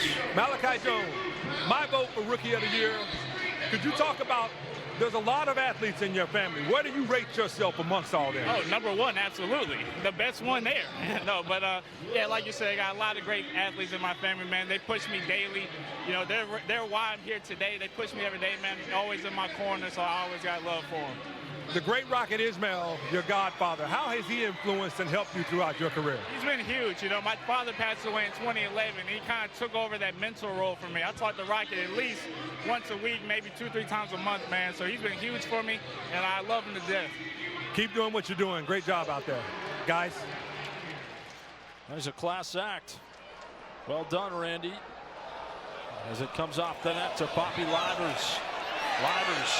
Looking for a block and gets pushed at the barrier by Greg Carr. If you missed in the first half, we gave you the family snapshot, the Jones family. In the center of your picture is TJ Jones. Had 30 catches and 3 touchdowns for the Lions last year. And it is an athletic family. And Rocket Ishmael, the godfather, and Rocket Ishmael was one of the best college football players I ever saw. I'm sure you share that opinion, even though you're a USC guy. Well, he broke our hearts when I was at SC. We never beat Notre Dame during my time there, and he was a big part of that. Malachi Jones is etching his name into the early record books for the Albany Empire. 18 touchdown catches this year. And a quick shot to Darius Prince. Now let's look for the last drive, and as you call it, a huge possession or misfire by Philadelphia. Yeah, able to get a hand on that ball is Terrence Moore. Then the sack. Sacks in the AFL are tough to overcome, and those 2 plays put Philly in a tough position and off schedule, and it resulted in a turnover on downs. For the first time this evening, Austin with 142 yards, and this time coming to the near side, incomplete, intended for Kalina Moku. Those are layups you got to make if you're Shane Austin. You can't miss those short hitch routes. And kind of misfiring here again. Now the situation, 3rd down, kind of backed up. This is a 4-down league, so there's 2 more downs here. You're not going to see long field goals in the NFL. So, but really goes back to your point. You know, the point differential 3rd quarter is really lopsided. Yep. Something that Clint Dolezal needs to figure out. And Prince in motion. With a flag down, Kalina Moku past midfield. Brought down by Terrence Moore. That'll be a 1st down. Philadelphia just declined that. Shane Austin did a good job with the hard count. They'll decline that, and they'll have a 1st down there on the 20-yard line. Offside, defense number 1. Penalty is declined, results of the play. 1st down. That is the 2nd of the sit-down foul for number 1, so number 1 will sit down. That's huge. So Joe Sykes, he jumps off sides. When you jump off sides a couple times, you have to leave the game. And Joe Sykes is the league leader in sacks, so that is not good for Albany. He'll have to take a seat. That's a big hit. Sykes still a half a sack away from becoming the all-time AFL sack leader. He's tied with Sam Hernandez, the Hall of Famer. Approach the 8-minute mark of the 3rd quarter. 23-yard gain to Sean Kalina Moku. Austin gets the snap from Manley. And they get to Richardson in the open field. Jeremy Richardson rumbles in. How about Richardson with a touchdown from 20 yards out? And Philadelphia, just like that, is back in it. Clint Dolezal, probably the best coach as far as run game goes. You don't see a lot of runs in the AFL, but Clint gets the most out of his fullback. You see this sort of trap play working back to the left side of Jerry Richardson. He knows that defender's going to go low, and he just hurdles him for a touchdown. That was impressive moves in the open field by Richardson, who's 270 pounds.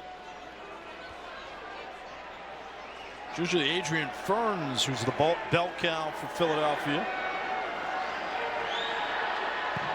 And Adrian Trevino, the reigning AFL Kicker of the Year, adds the extra point. So we got a 6-point ball game in the capital city. Jeremy Richardson gives himself a touchdown.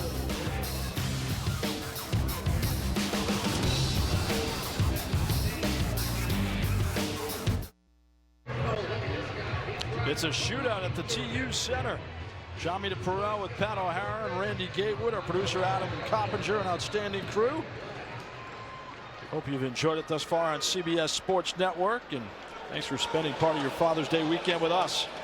As Adrian Trevino will tee it up at the goal line. Waiting for it at the wall is Jordan Williams. Don't be shocked if it's another onside kick. Nope. I was with you, though. This one's coming off the net for Williams. Williams trying to move outside, but he's tripped up. Good job by Adrian Ferns and Joe Gooseby on coverage. Lineup for Albany: Joe Hills and Malachi Jones, 11 combined grabs and 5 combined touchdowns. Yeah, the dynamic duo. It's exactly what they are. If you're the defenders for Philadelphia, I mean, who do you try to stop? I mean, stop one, the other guy's going to kill you. So, nice job of mixing it up, too, with the play calling. It's a pick your poison scenario. Yeah. And when you factor in Jones can run the ball, as we saw a student body left touchdown out of the USC playbook. Yeah, exactly. That was a John Robinson special, wasn't it? And Joe Hill's reception to the 10 as they go the conservative route. But not exactly a dink and dunk offense. Not tonight. You know, typically it's, you know, there's some balls thrown deep, obviously, but they've been comfortable. It depends on how the defense is playing you. And tonight in the first half, you know, they're squatting routes defensively. They're trying to, like, stop the short routes. So you got to take deep shots down the field. Clint Dolezal doing a good job of mixing up the coverages for Philadelphia. 6-yard gain for the veteran Tommy Grady out of the University of Utah. Jones, the man in high motion. He's got him for him. Jones, end zone. Oh, Malachi Jones, you are spectacular. Touchdown Empire. 40 yards. And how do you like that? He beat James Roman.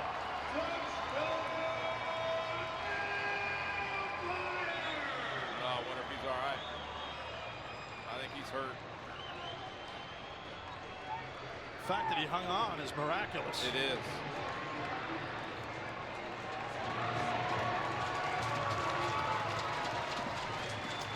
You know, the walls win 100% of the time. I mean, they're heavily padded, but they are walls, and you're running full speed. This is just great concentration. Again, you have to have wall courage to be a receiver, and he hits his head pretty solidly against the wall there at a full rate of speed. What concentration by Malachi Jones. I'm telling you, it takes a lot of courage to do that. Great throw by Tommy Grady. 4 touchdown catches for Jones. Yeah, the wall has always won every battle, hasn't it? It does, you know, it's part of the game. And what a finish by Jones. Kenny Spencer. It's 54-41 Empire. Tommy Grady's had to throw the ball deep a lot tonight. This ball is just going to go straight vertical. And Tommy's going to put it in a place where he really trusts that his guy is going to go get it. James Romain's in really good position. It's perfectly thrown, perfectly executed, great catch. Concentration. Can you imagine running full speed, knowing that wall's coming up on you like that, and say, hey, I'm going to get this ball for my team. Malachi Jones doesn't. As they're checking out Jones in the tunnel. Looks like he's no worse for the wear, but 4 touchdowns receiving, 1 on the ground. That's the 5th touchdown scoring drive. Get this, Pat, of 2 plays or less for the Empire. Yeah, I mean they're pressing, squatting on these receivers as a secondary, and they're saying, hey, we dare you to throw it over our head. And more times than not, Tommy Grady's come up with points out of that. One thing that's so impressive about Jones, too, that his motor in high motion, he's running at full tilt, which you don't see often in motion, and that just adds to his impressive repertoire. And you talk about a guy who's 6'3", 215. I mean, he's a big guy, and once you get that type of body, James Romain is 5'10", 5'11". You get that guy motoring down the field on you in high motion. I mean, it's tough. Spencer. Aiming for the net, Poppy Livers. Past the 5. And dropped at the 10. The initial hit by Hobbs. Ball out. I think he was down, though, at the 10.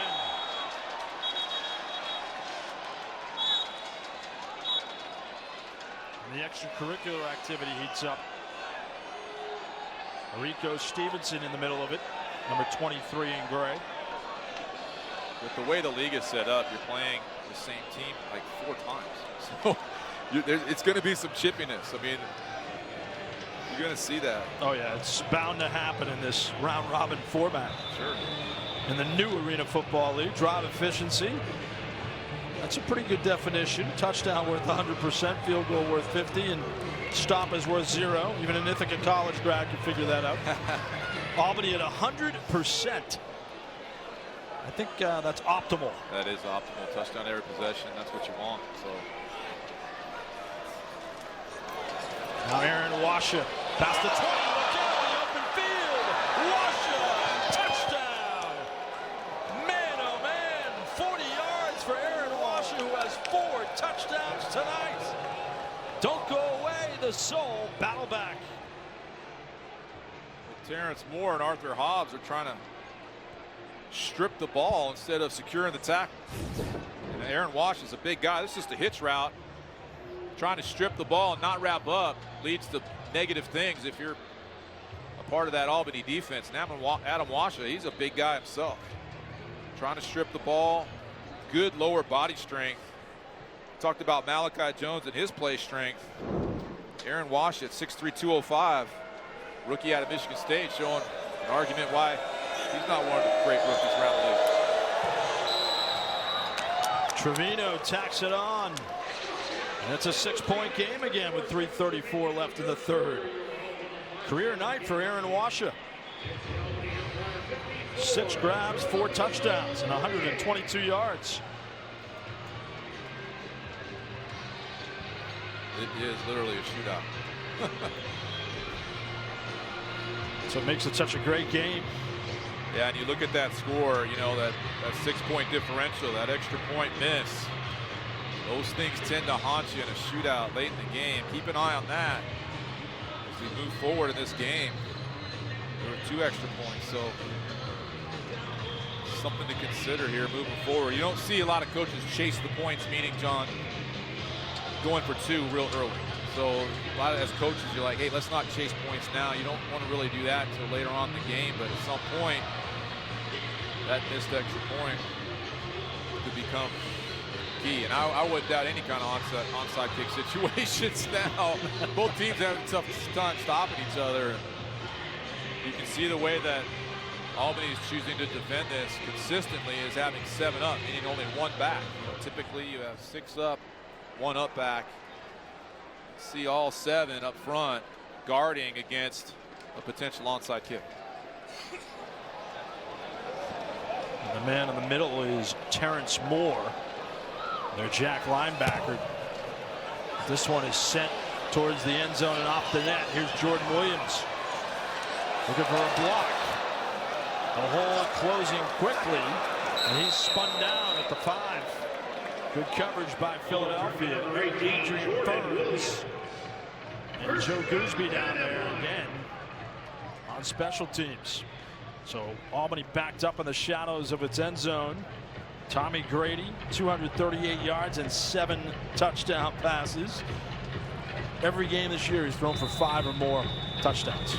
You would take that in your career, right? Oh, no doubt. No doubt. You know, really, in the Arena Football League, though, like the minimum a quarterback, quarterback has to throw at least 4 a game. Yeah. 4 is even. That's a bad night. It really kind of is not optimal, you know. So he's on track, though. You get in the 6-7 range, that's winning football. It's now 56 touchdown passes this year for Grady. Oh, this is beautiful. Deep ball for Joe Hills. Oh, he hangs on. Joe Hills, a touchdown. 45 yards. Superman's back in the end zone.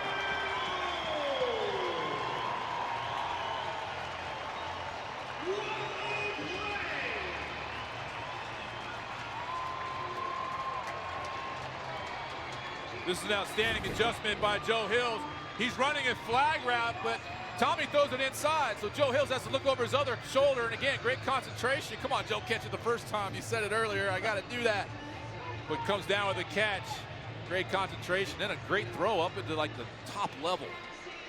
Young lady up there almost caught it. It might have brought rain to Albany. That's 9 straight completions for Tommy Grady, who throws the best deep ball in the league.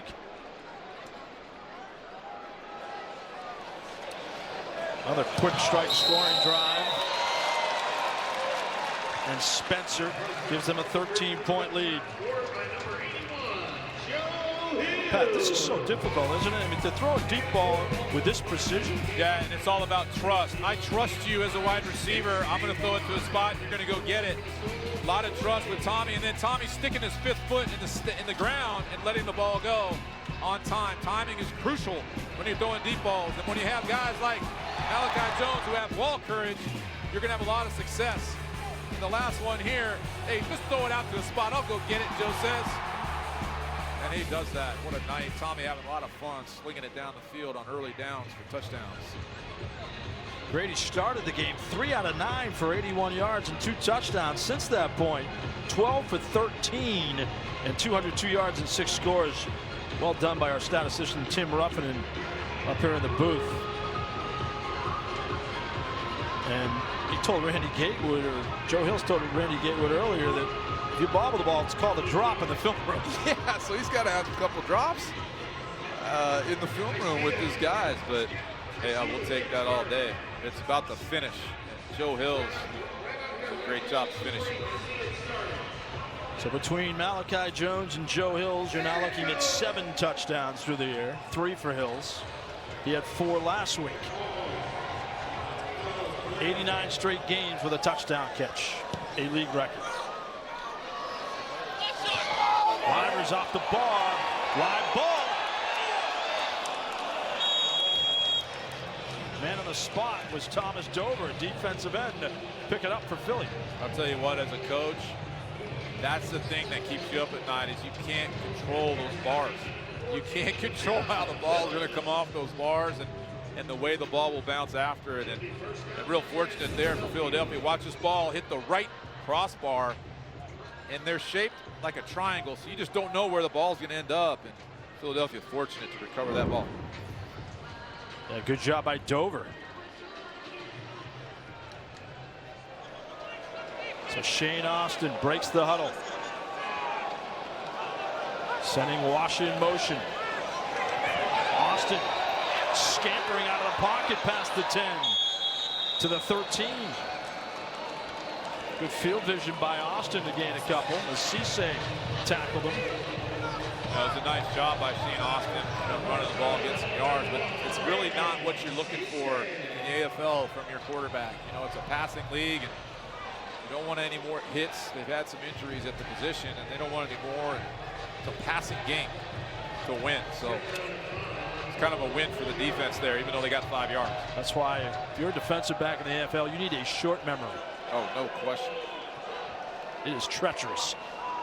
Toss sweep for Jeremy Richardson, who scored moments ago, and he gets stymied past the 15 at the barrier. Tracked down by Derek Summers and Darrell Cato Bishop. Approaching the end of the 3rd quarter. I think Clint's going to let this clock run. It's been such a shootout. He's going to let this quarter run out. Probably a smart move. Let him catch some more wind. Let James Romaine get a little bit of rest. The defensive back from Philly on covering all those That deep is balls. the end of the 3rd quarter. Timeout. It has been constant offense. An electrifying night in Albany. Malachi Jones, Jeremy Richardson, and a cast of thousands striking it rich.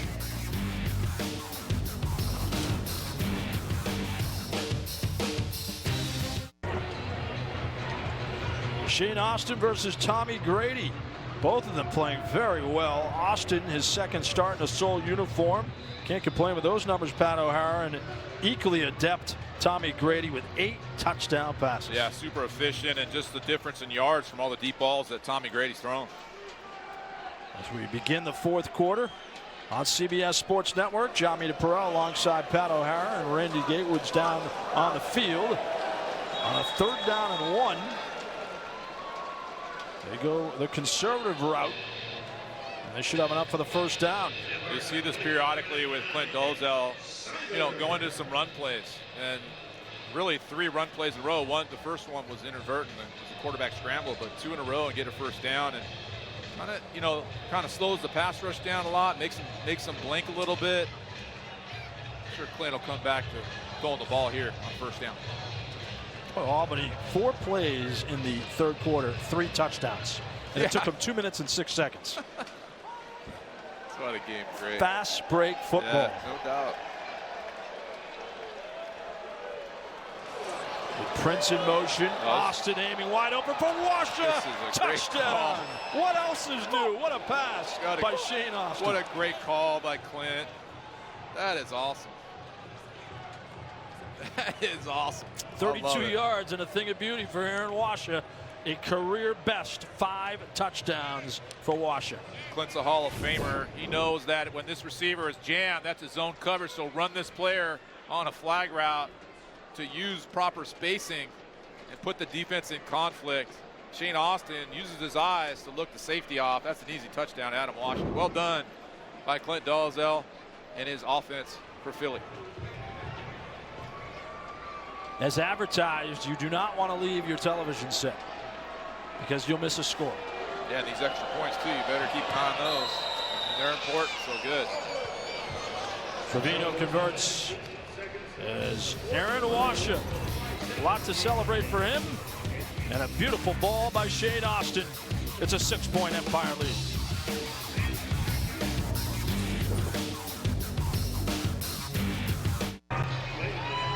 Aaron Washer representing for the Philadelphia Soul with 5 touchdowns, 7 catches and 154 yards. Moments ago, another touchdown. Coming in tonight, he had just 17 catches for 192 yards and 7 TDs. That's impressive. And you said that the coaches were telling you early on in the season, John, that they're excited about this Washer kid. A lot like Albany was excited about Jones. They were telling us about Jones before the season started.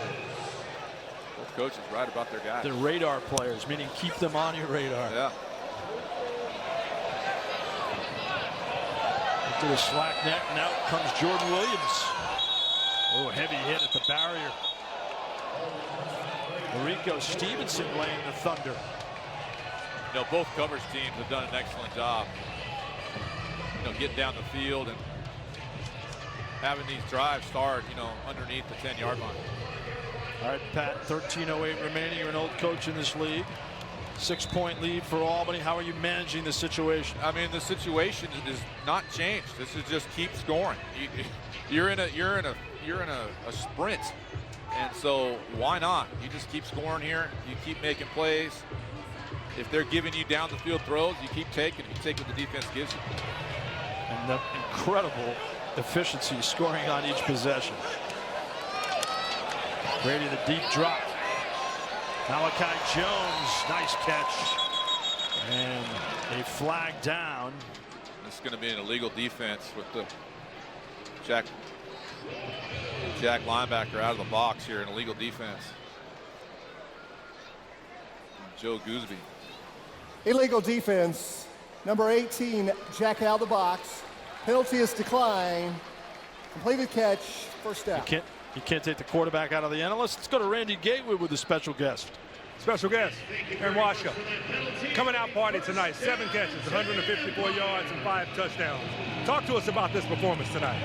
You know, I wouldn't say it's anything special. I had a chance to step up at Money's position tonight, and I'm just taking full advantage, doing what we practice every day. Albany will probably make some type of adjustments here in this fourth quarter. How will you continue this attack tonight? I'm going to beat it with speed. I still don't think they can cover me. I'm going to beat it with speed. There you have it. Back to you guys. All right, Randy, and the guys beating with the speed all night. Malachi Jones has another touchdown. His spectacular evening continues. 32-yard throw by Grady. And he just can't slow down Malachi Jones. It's been awesome. It's been awesome. Malachi Jones, it's just a track meet. Philadelphia defense is straight man coverage, and it is just tough to cover a guy in high motion, sprinting down the field and running post and corner routes against you with a quarterback like Tommy slinging it. And James Romaine, he hit the wall really, really hard trying to defend this. And hopefully he's okay. It's been tough for him tonight covering both Joe Hills and Malachi Jones deep. You know, Malachi Jones, or James Romaine, is fighting to get under the cut of this corner route. And then he hits the wall extremely hard around the rib area. Again, we talked about the wall being unforgiving. And shooken up a little bit there is Romaine. So hopefully he's okay, because he is their best defender. I mean, it is so difficult to play that middle safety position in the AFL when you're covering man coverage. High motion just running down at you is brutal. So walking off on his own power is James Romaine. We'll see how he is and how they adjust defensively if he's unavailable. They leave you on an island in man coverage. It's tough, I'll tell you what. And look, you said it earlier, you have to have a short memory because you're going to get scored on. I mean, he's been scored on 8 times, so he's got to keep playing. Another one off the bar by Kenny Spencer, his third miss. That's problematic for the Empire, but Malachi Jones is not. Malachi Jones with his 5th touchdown grab of the night.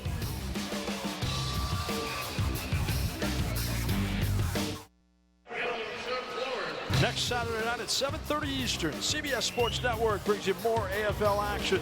Albany Empire hitting the road, taking on first place Baltimore, only on the 24-hour home of CBS Sports. They played each other 2 out of the last 3 times, and it's 1-1. Last week you saw Mark Lewis hit the game-winning field goal as the Brigade nipped the Empire 59-56, and the okey-doke onside kick by Mark Lewis.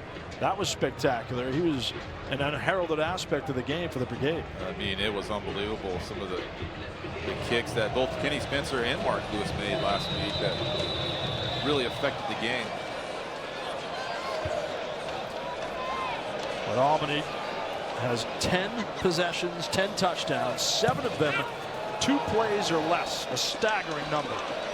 Off the bar, fielded nicely by Poppy Livers right up the middle, but tackled. Spun down by Jordan Williams. Last week, seen here on CBS Sports Network, Tommy Grady intercepted by Josh Victorian. Baltimore capitalizing, Quentin Sims with a touchdown catch to give them a 7-point lead. Then Joe Hills comes right back with a 43-yard grab to tie it up. And as mentioned, Mark Lewis, the game-winning 17-yarder, as the Brigade win 59-56. That was a heck of a game. That was an unbelievable game. It came down to the final seconds with a field goal to win. You and Dave Ryan were the beneficiaries. It was fun. That was great to have a seat here at the TU Center. Pump fake. Austin incomplete for Prince and flags. Al Phillips, the likely guilty party in coverage.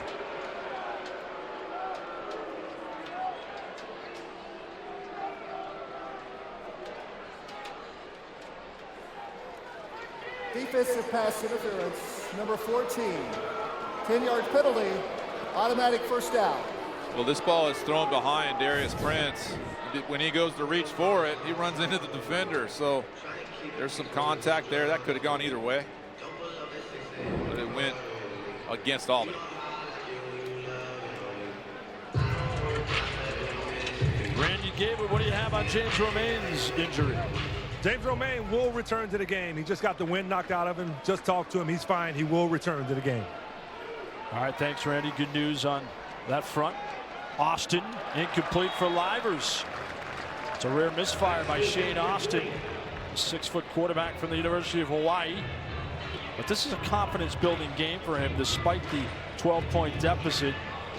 You have to feel like he's more composed and even more ready to lead this Philadelphia team. Yeah, that was interesting because Adam Washa has had such a great game with 5 touchdowns, was not on the field for that play. And as soon as that previous play ended, Poppy Livers left the game. Adam Washa back on the field. So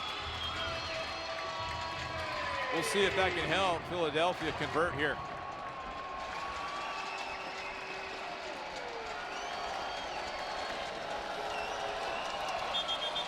And here's multiple flags.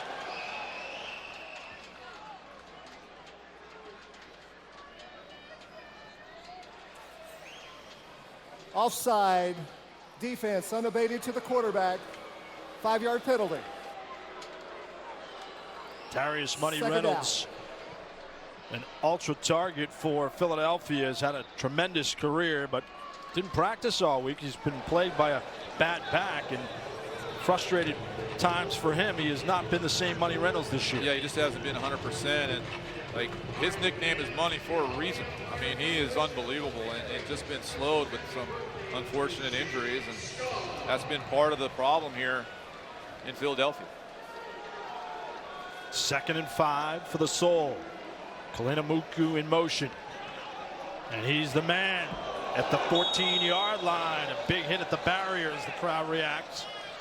Varmasoni throw him into the wall. Good throw by Shane Austin and a first down. Yeah, nice throw. It's good to see SK get involved, you know. A normal target when Dan Radeball is a quarterback, and I think Shane just kind of getting used to the way SK runs routes. And a huge first down for Philadelphia. 16 yards in the first down. Timeouts as you see the slashes on your screen under the score. 3 for each team. Don't forget about the 1-minute warning as well. They'll stack the wideouts with Reynolds, the front man, Prince behind him. Austin looking for Washa. Got him again. Aaron Washa, take a bow. That's your 6th touchdown of the night. That's an outstanding throw as well. I mean, outstanding throw by Shane Austin. Shane has to layer this ball. Adam Washa going to come in motion. He's going to come across the field, but this ball has to be layered over these defenders that are going to be in this area and drop this ball in a small space. These are angles that aren't typical in the outdoor game. Shane Austin makes it look easy. 13-yard touchdown by Shane Austin. So it's Austin to Washa. A new Philly connection. Trevino with the extra point. 5-point Albany lead. And Aaron Washa just tremendous, beating Varmasoni for the score.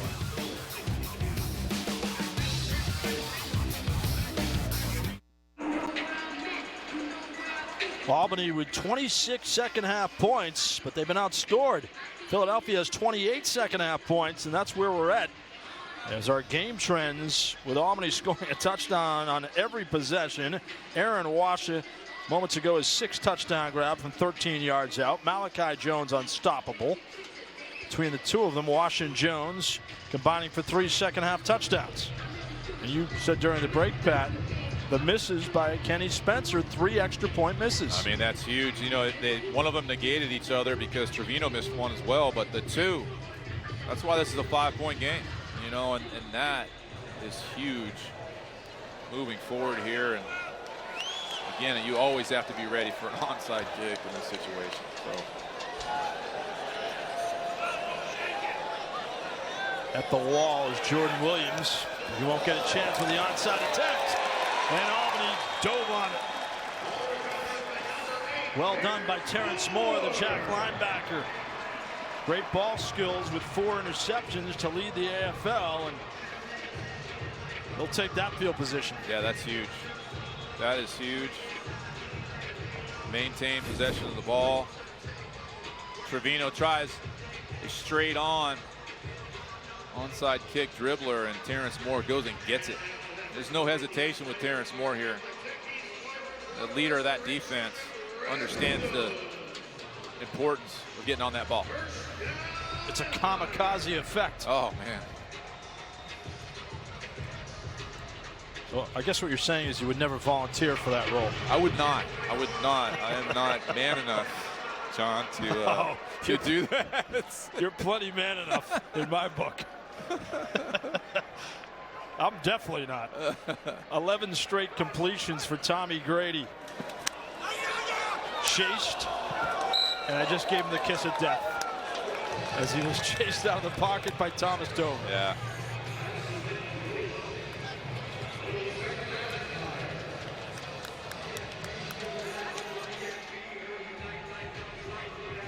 So Terrence Moore, early line candidate for AFL Defensive Player of the Year. Check out the industriousness on his part. 7 passes broken up, 1 forced fumble, 4 interceptions, 44 tackles to lead the AFL. He's ubiquitous. Ubiquitous.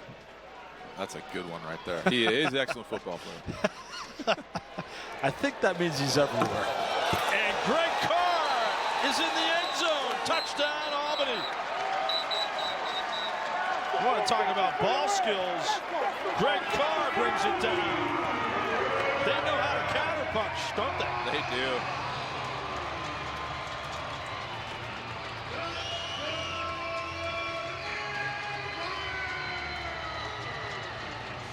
Tommy Grady getting his 6'6" receiver involved. Throw the fade. Let the big man go get it and eat.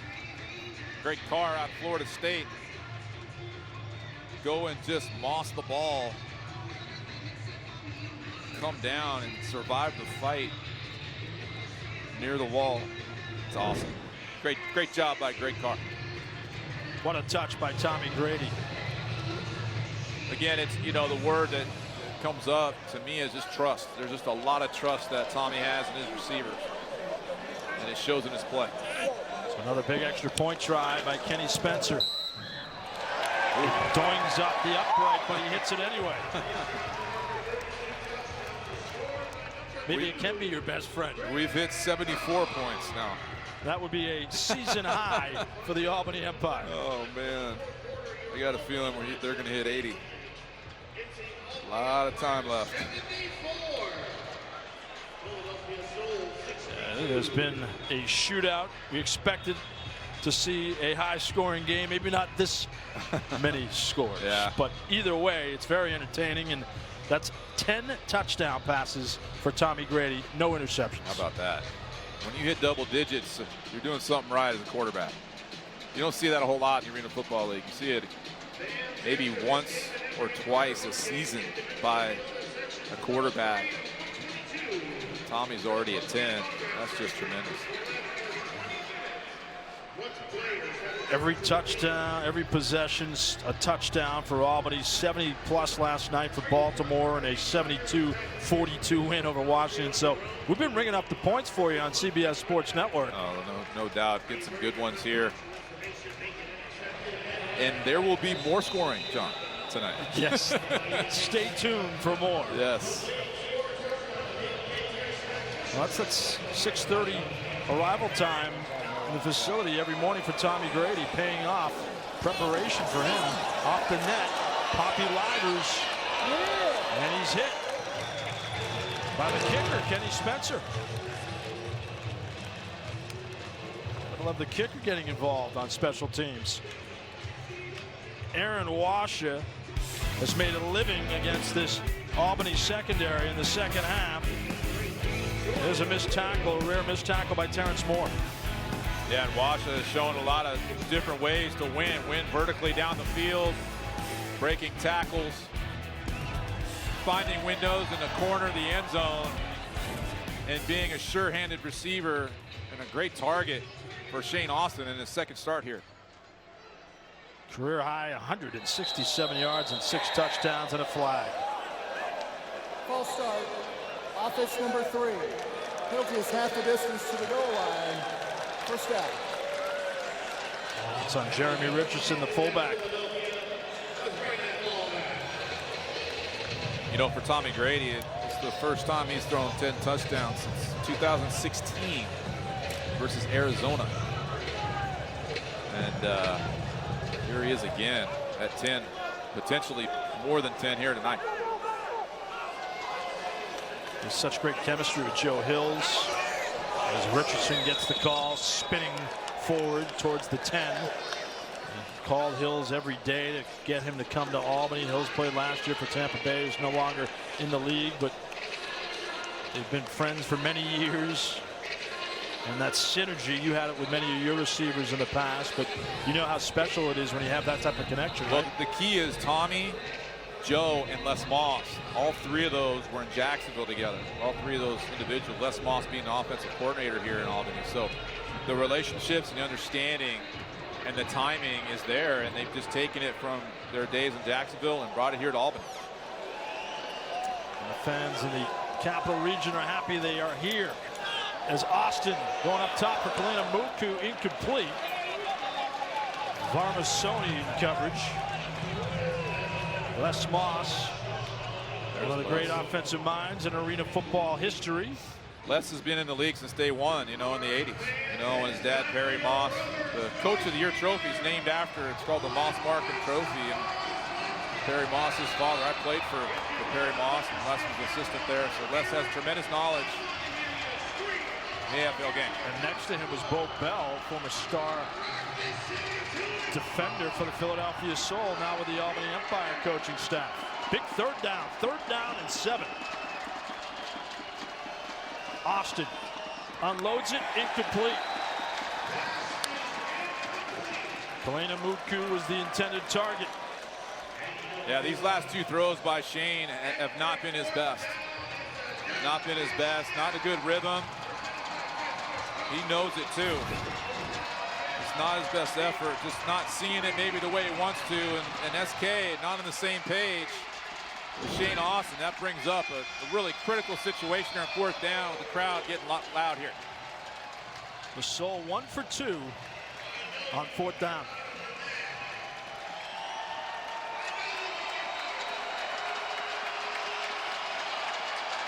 Shane Austin will get the snap from Manley. Kalena Moku, a vicious hit at the barrier at midfield. Varmasoni pushed him, and SK could not corral it. What a stand by the Albany defense. Well, it's interesting. This actually is a well-thrown ball, and really trying to throw the ball to SK the last 3 times. Adam Washa not involved in this series, and Varmasoni pushing SK into the wall to ensure that ball is not caught. That's a great play by Varmasoni. They're feeding off the momentum their offense has established throughout the night, scoring on every possession. Defense, large stand with 1:55 remaining. Yeah, it's tough to sustain that, to keep up with an offense like Albany, just scoring every possession and just can't be stopped. And you're in your second start as a quarterback for Phillies, knowing you got to keep up. And, they hit the wall there, no pun intended, on 4th down.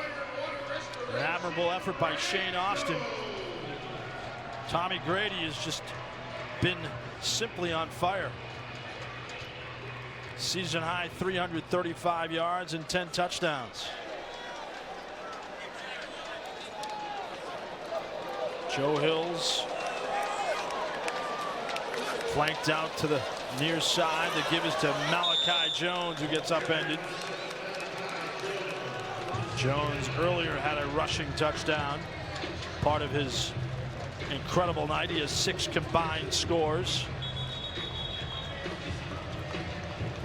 Many candidates for AFL Offensive Player of the Week coming out of this one. No question. Timeout. That is the first of the half. So Philadelphia takes their first timeout, 2 remaining. So it's kind of smart by Clint, because he'll use a timeout here and he'll get another timeout essentially because of the 1-minute timer. Baltimore, with their win last night at 7-2, Albany will be a game behind if they hang on. And Albany and Baltimore will be on CBS Sports Network next week from Baltimore. Philadelphia and Washington picking up the rear. Arvell Nelson, a good pickup, quarterback for the Washington Valley. Yeah, it has been. That they've had obviously a huge injury to Nick Davila in Washington, and since then it's been 2 or 3 different quarterbacks. Arvell Nelson has moved the ball for them. They've scored some points, but Washington went through a coaching change, a number of obviously the quarterback change. It's been tough in Washington.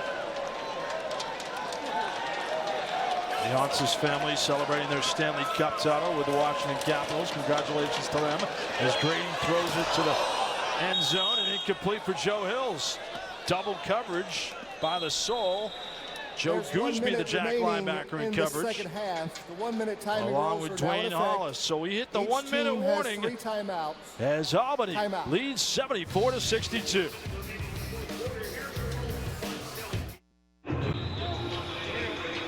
Outstanding night for the Albany Empire with a 12-point lead over Philadelphia.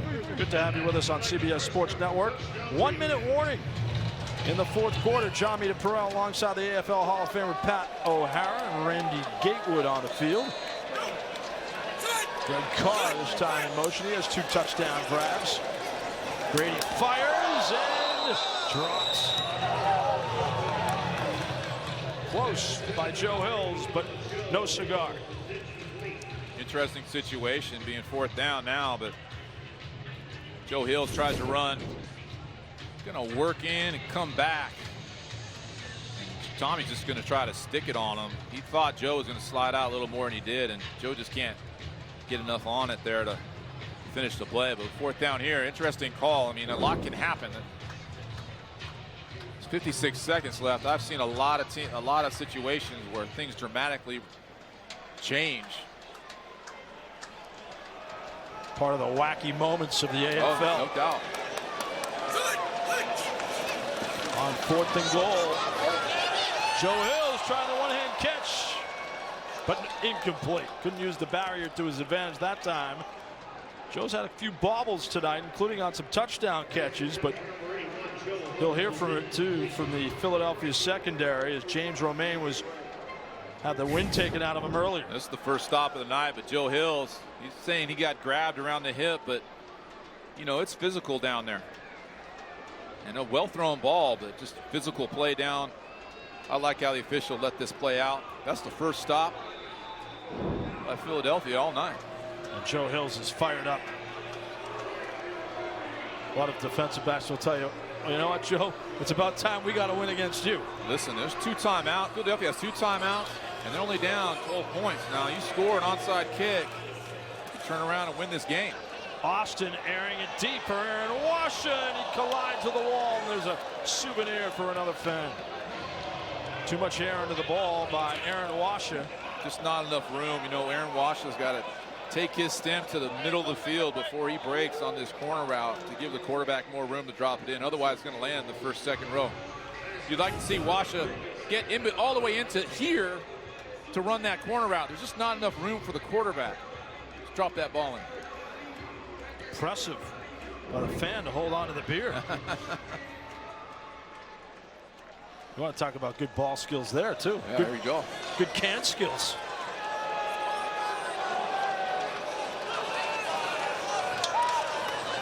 Darius Reynolds in motion across the middle for Watcher this time. Dragged down after a first down. Al Phillips made the stop. And Clint will use a timeout here. So Timeout, Philadelphia. Second charge of the half, 30-second timeout.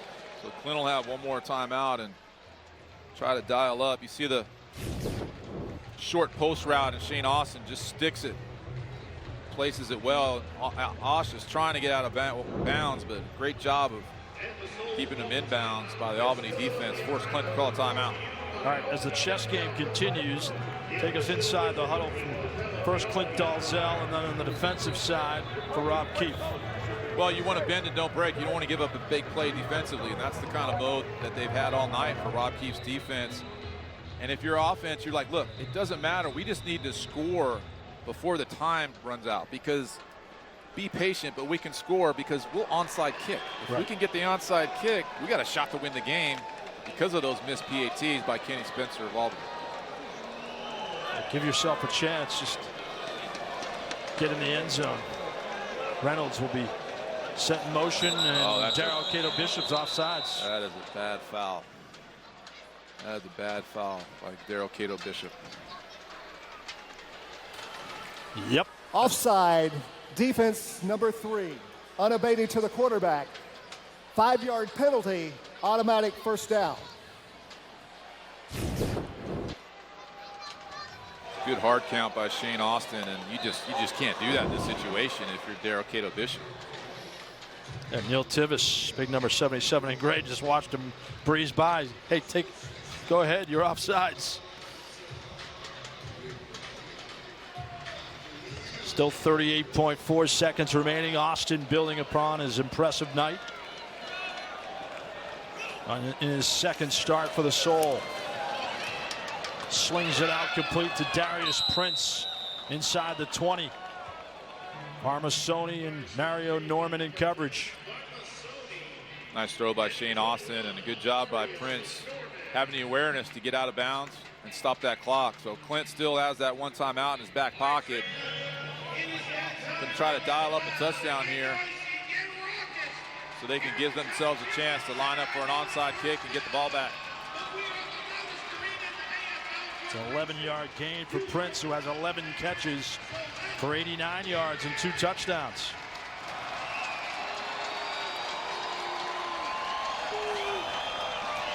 Oh, nice move by Richardson. Washer again, Pat, for the touchdown. What a throw by Shane Austin, his 9th touchdown toss. Aaron Washer with his 7th touchdown catch. A coming out party for Washer.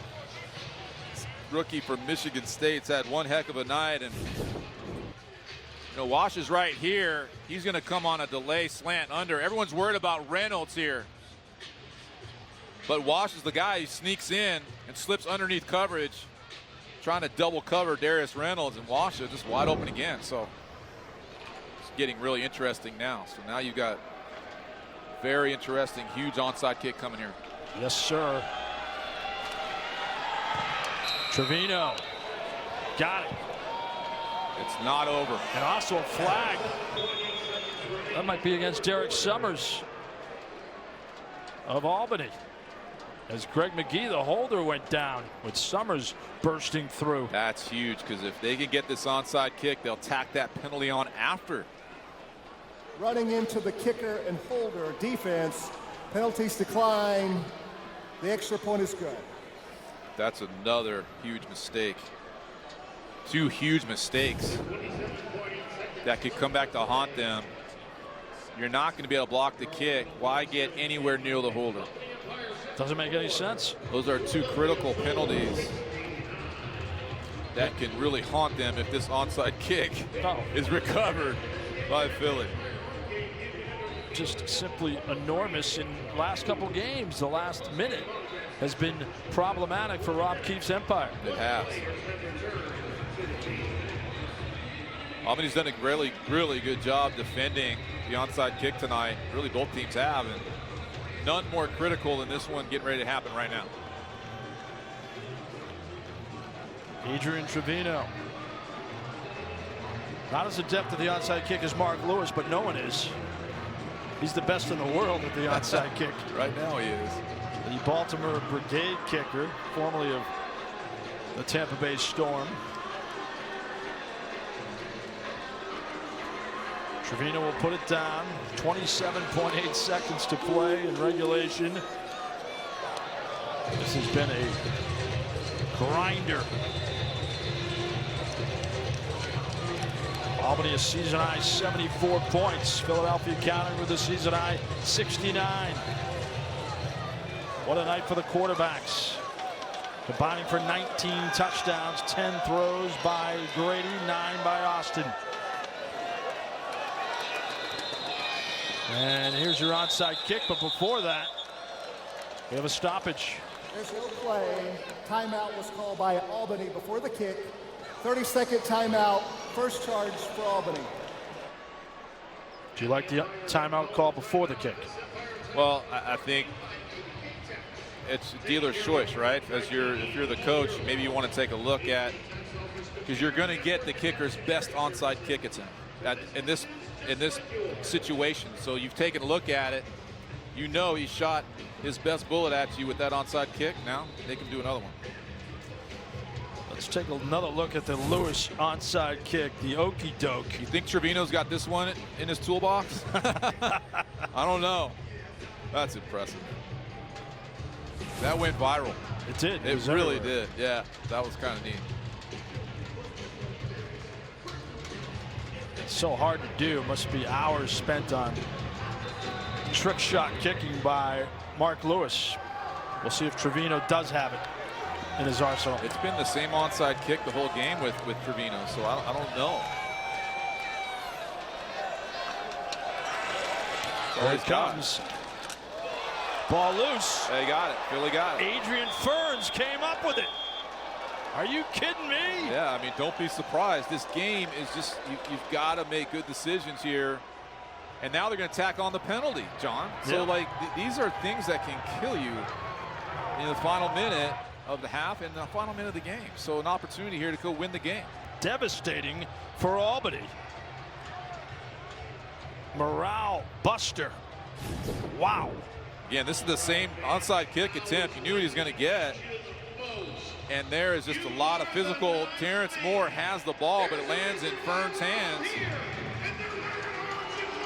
So now an opportunity here, and Philadelphia has a timeout. 23.7 left.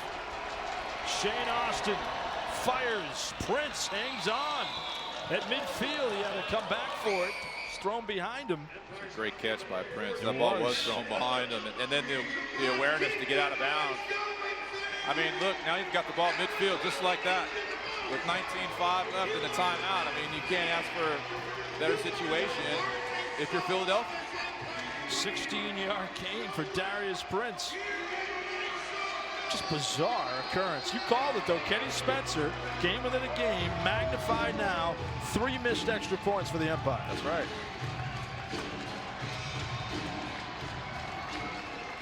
And Shane Austin, a newcomer for the Soul, just his second start. He's been with the team for 2 weeks. Aiming for the corner of the end zone, and over the top, Armasoni covering Darius Reynolds.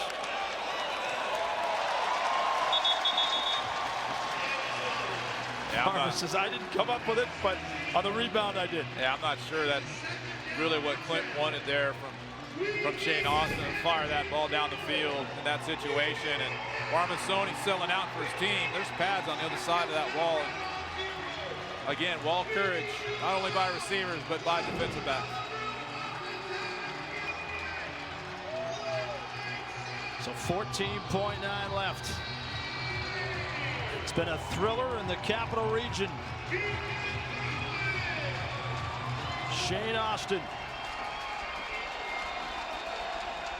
will send Prince in motion. The flip to Washa on the near side and hit at the wall by Terrence Moore. Good read by Shane Austin. Albany playing zone coverage. That's the hole in the defense on that clouded type defense. As long as you're able to get to the receiver quickly, and Shane reads that well. Austin's completed 68% of his passes. I mean, second week there. This guy's thrown almost 10 touchdowns. This is only his second start here. So, and well he was done. good last week. He had 6 touchdowns last week.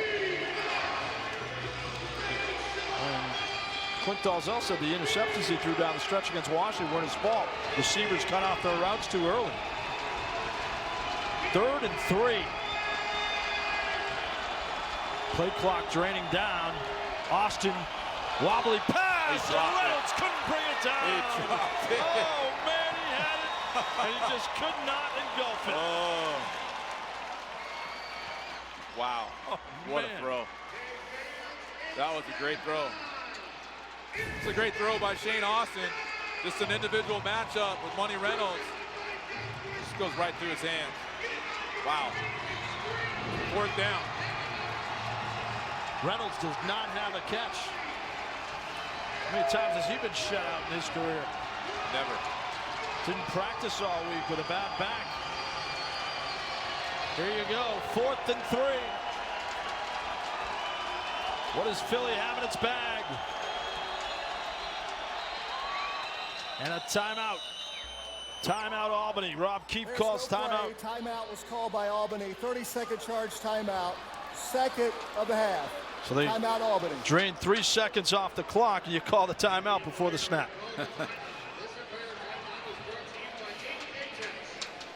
Please reset the clock to 7.6. Now they're going to reset the clock, and Rob Keefe's fired up about that. But 2 big drops by 2 of the best receivers in AFL history. This is a tough catch by Joe Hills.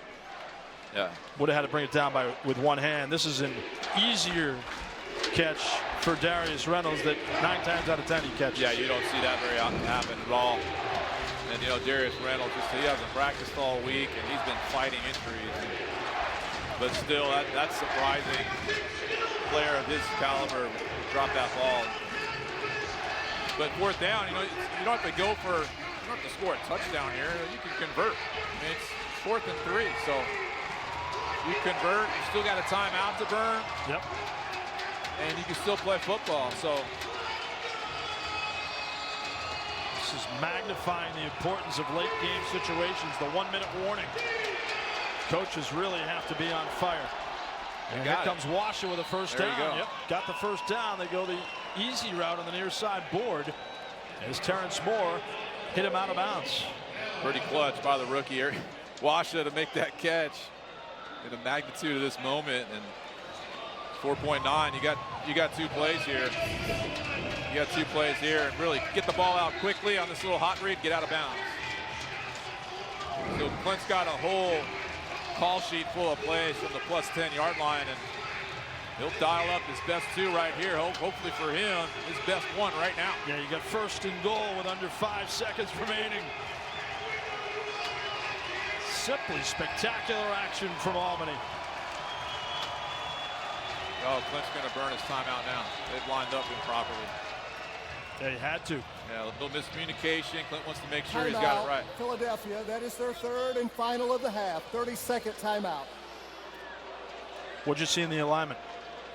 You could just tell by the way they broke the huddle that they weren't on all the same page. And sometimes in the red area, you've got these plays that you might have ran a month or 2 ago, and then you bring them back, and Shane just got there. He might have been like, well, wait a minute, what? Who's got what? And he just, the awareness as a coach. And Clint knows, like, I can burn mine now because I'm going end zone on these next 2 plays, and I might as well burn it now because I have to have a good play here on first down. And what a moment for Shane Austin. He's grown leaps and bounds just coming into Philadelphia 2 weeks ago. This is a moment a quarterback dreams about. That's exactly right. And when Shane Austin played in Cleveland, he beat Clint Dolezal against Philadelphia on 2 last-second plays a couple of years ago. So it's not too big a stage for Shane Austin. If you're Rob Keefe, what are you telling your defense? Well, he's definitely like, if you got to grab him, grab him. Do not let him score. Make him earn it. Washer will be set in motion. Austin towards the end zone and incomplete with 1.8 remaining. They had whistles before the snap. Albany called timeout before the snap. That's their 3rd and final timeout. They'll put the time back on the clock, then they'll be back at the 4.9. Game clock operator, please reset it to 4.9. Thank you. And interesting. It's evident that Rob Keefe does not want to end this game with any timeouts left in his back pocket, and make sure he takes a look at all of these looks and make Clint Dolezal maybe dial up another play. Maybe not his best play that he had before in his mind. So I'll tell you what, Clint's got a bunch of them. Yeah, Rob Keefe, a defensive coordinator at heart. He was a defensive back in the league for many years, and a good one at that. He runs this defense, and it's one of those 50-50 calls, isn't it? Whether they take the time out there. It is.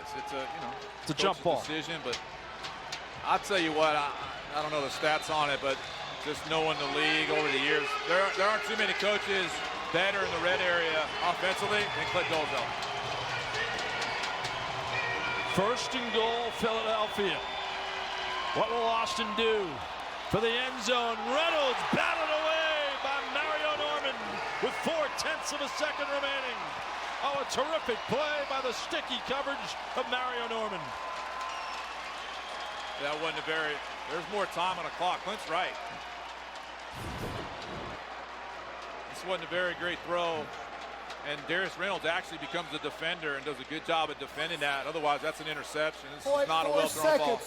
0.4 seconds on the clock. Yeah, that's definitely enough for one last play. When Norman batted it away, there was 0.4 of a second remaining. Well, it all comes down to this. No timeouts. Game on the line. On the 10-yard line. And we have another exciting one here on CBS Sports Network. And there's no one sitting in this arena. Why would you? Yeah. Pulsating excitement. Two wide split to the far side with Prince in motion. Final play of the ball game. Here we go. Austin scampers out of the pocket to the end zone. Caught! Touchdown! Darius Prince A walk-off touchdown and a miraculous comeback by the Soul. The extra point must be attempted. The game's not over. The game's not over. The extra point must be attempted. Unbelievable. They will attempt the extra point. It must be attempted, as Riley Johnson just mentioned, but what a throw by Shane Austin and Darius Prince, the man of the night. Well, Shane Austin extends this play and makes it come to life by just buying a little time. There's unsportsmanlike conduct by Philadelphia. That penalty will be assessed on this extra point. There will be a snap. There must be a snap. And they'll just take a knee, but Darius Prince does a great job. Does a great job of working his way in unison with Shane Austin. And Shane Austin, on to his part, kept his eyes downfield. And when you're manipulating the pocket and sliding around, keep your eyes downfield, find the open guy. It was just perfectly executed by Philadelphia. Again, the penalties in the final drive for Albany, critical. The extra points critical, led to a loss. 3 extra points misfired by Kenny Spencer. And hats off to you, Pat O'Hara, for calling it when those penalties occurred. You said those would come back to haunt Albany. Delay a game. Offense. 5-yard penalty. And this is just, dude, they're just going to take a knee and the football game's going to be over. So for Rob Keefe, that's heartbreaking, and he knows it. That devastating. They for scored Rob on Keefe. every possession except their last and lost the game. Combined with a couple crucial, silly penalties and extra points. As Austin takes the knee, consider the 2 straight devastating losses. You lose last week on a walk-off field goal. Yep. Game-winning touchdown. Shane Austin had 10 touchdowns, no interceptions. Both quarterbacks threw 10 touchdown passes. And Darius Prince at the back of the end zone, maneuvering perfectly to find the open seam as he fires the ball away. And he had 3 touchdowns, 13 catches, 113 yards. Season high in grabs for him. It was a great game, Pat O'Hara. Fun to be here. For Pat O'Hara, Randy Gatewood, and our entire crew, I'm John Mita Perrell. Next Saturday, June 23rd, the AFL back on CBS Sports Network at 7:30 Eastern.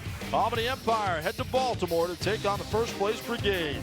This has been a presentation of CBS Sports Network, the 24-hour home of CBS Sports. Happy Father's Day, everyone, and good night from Albany.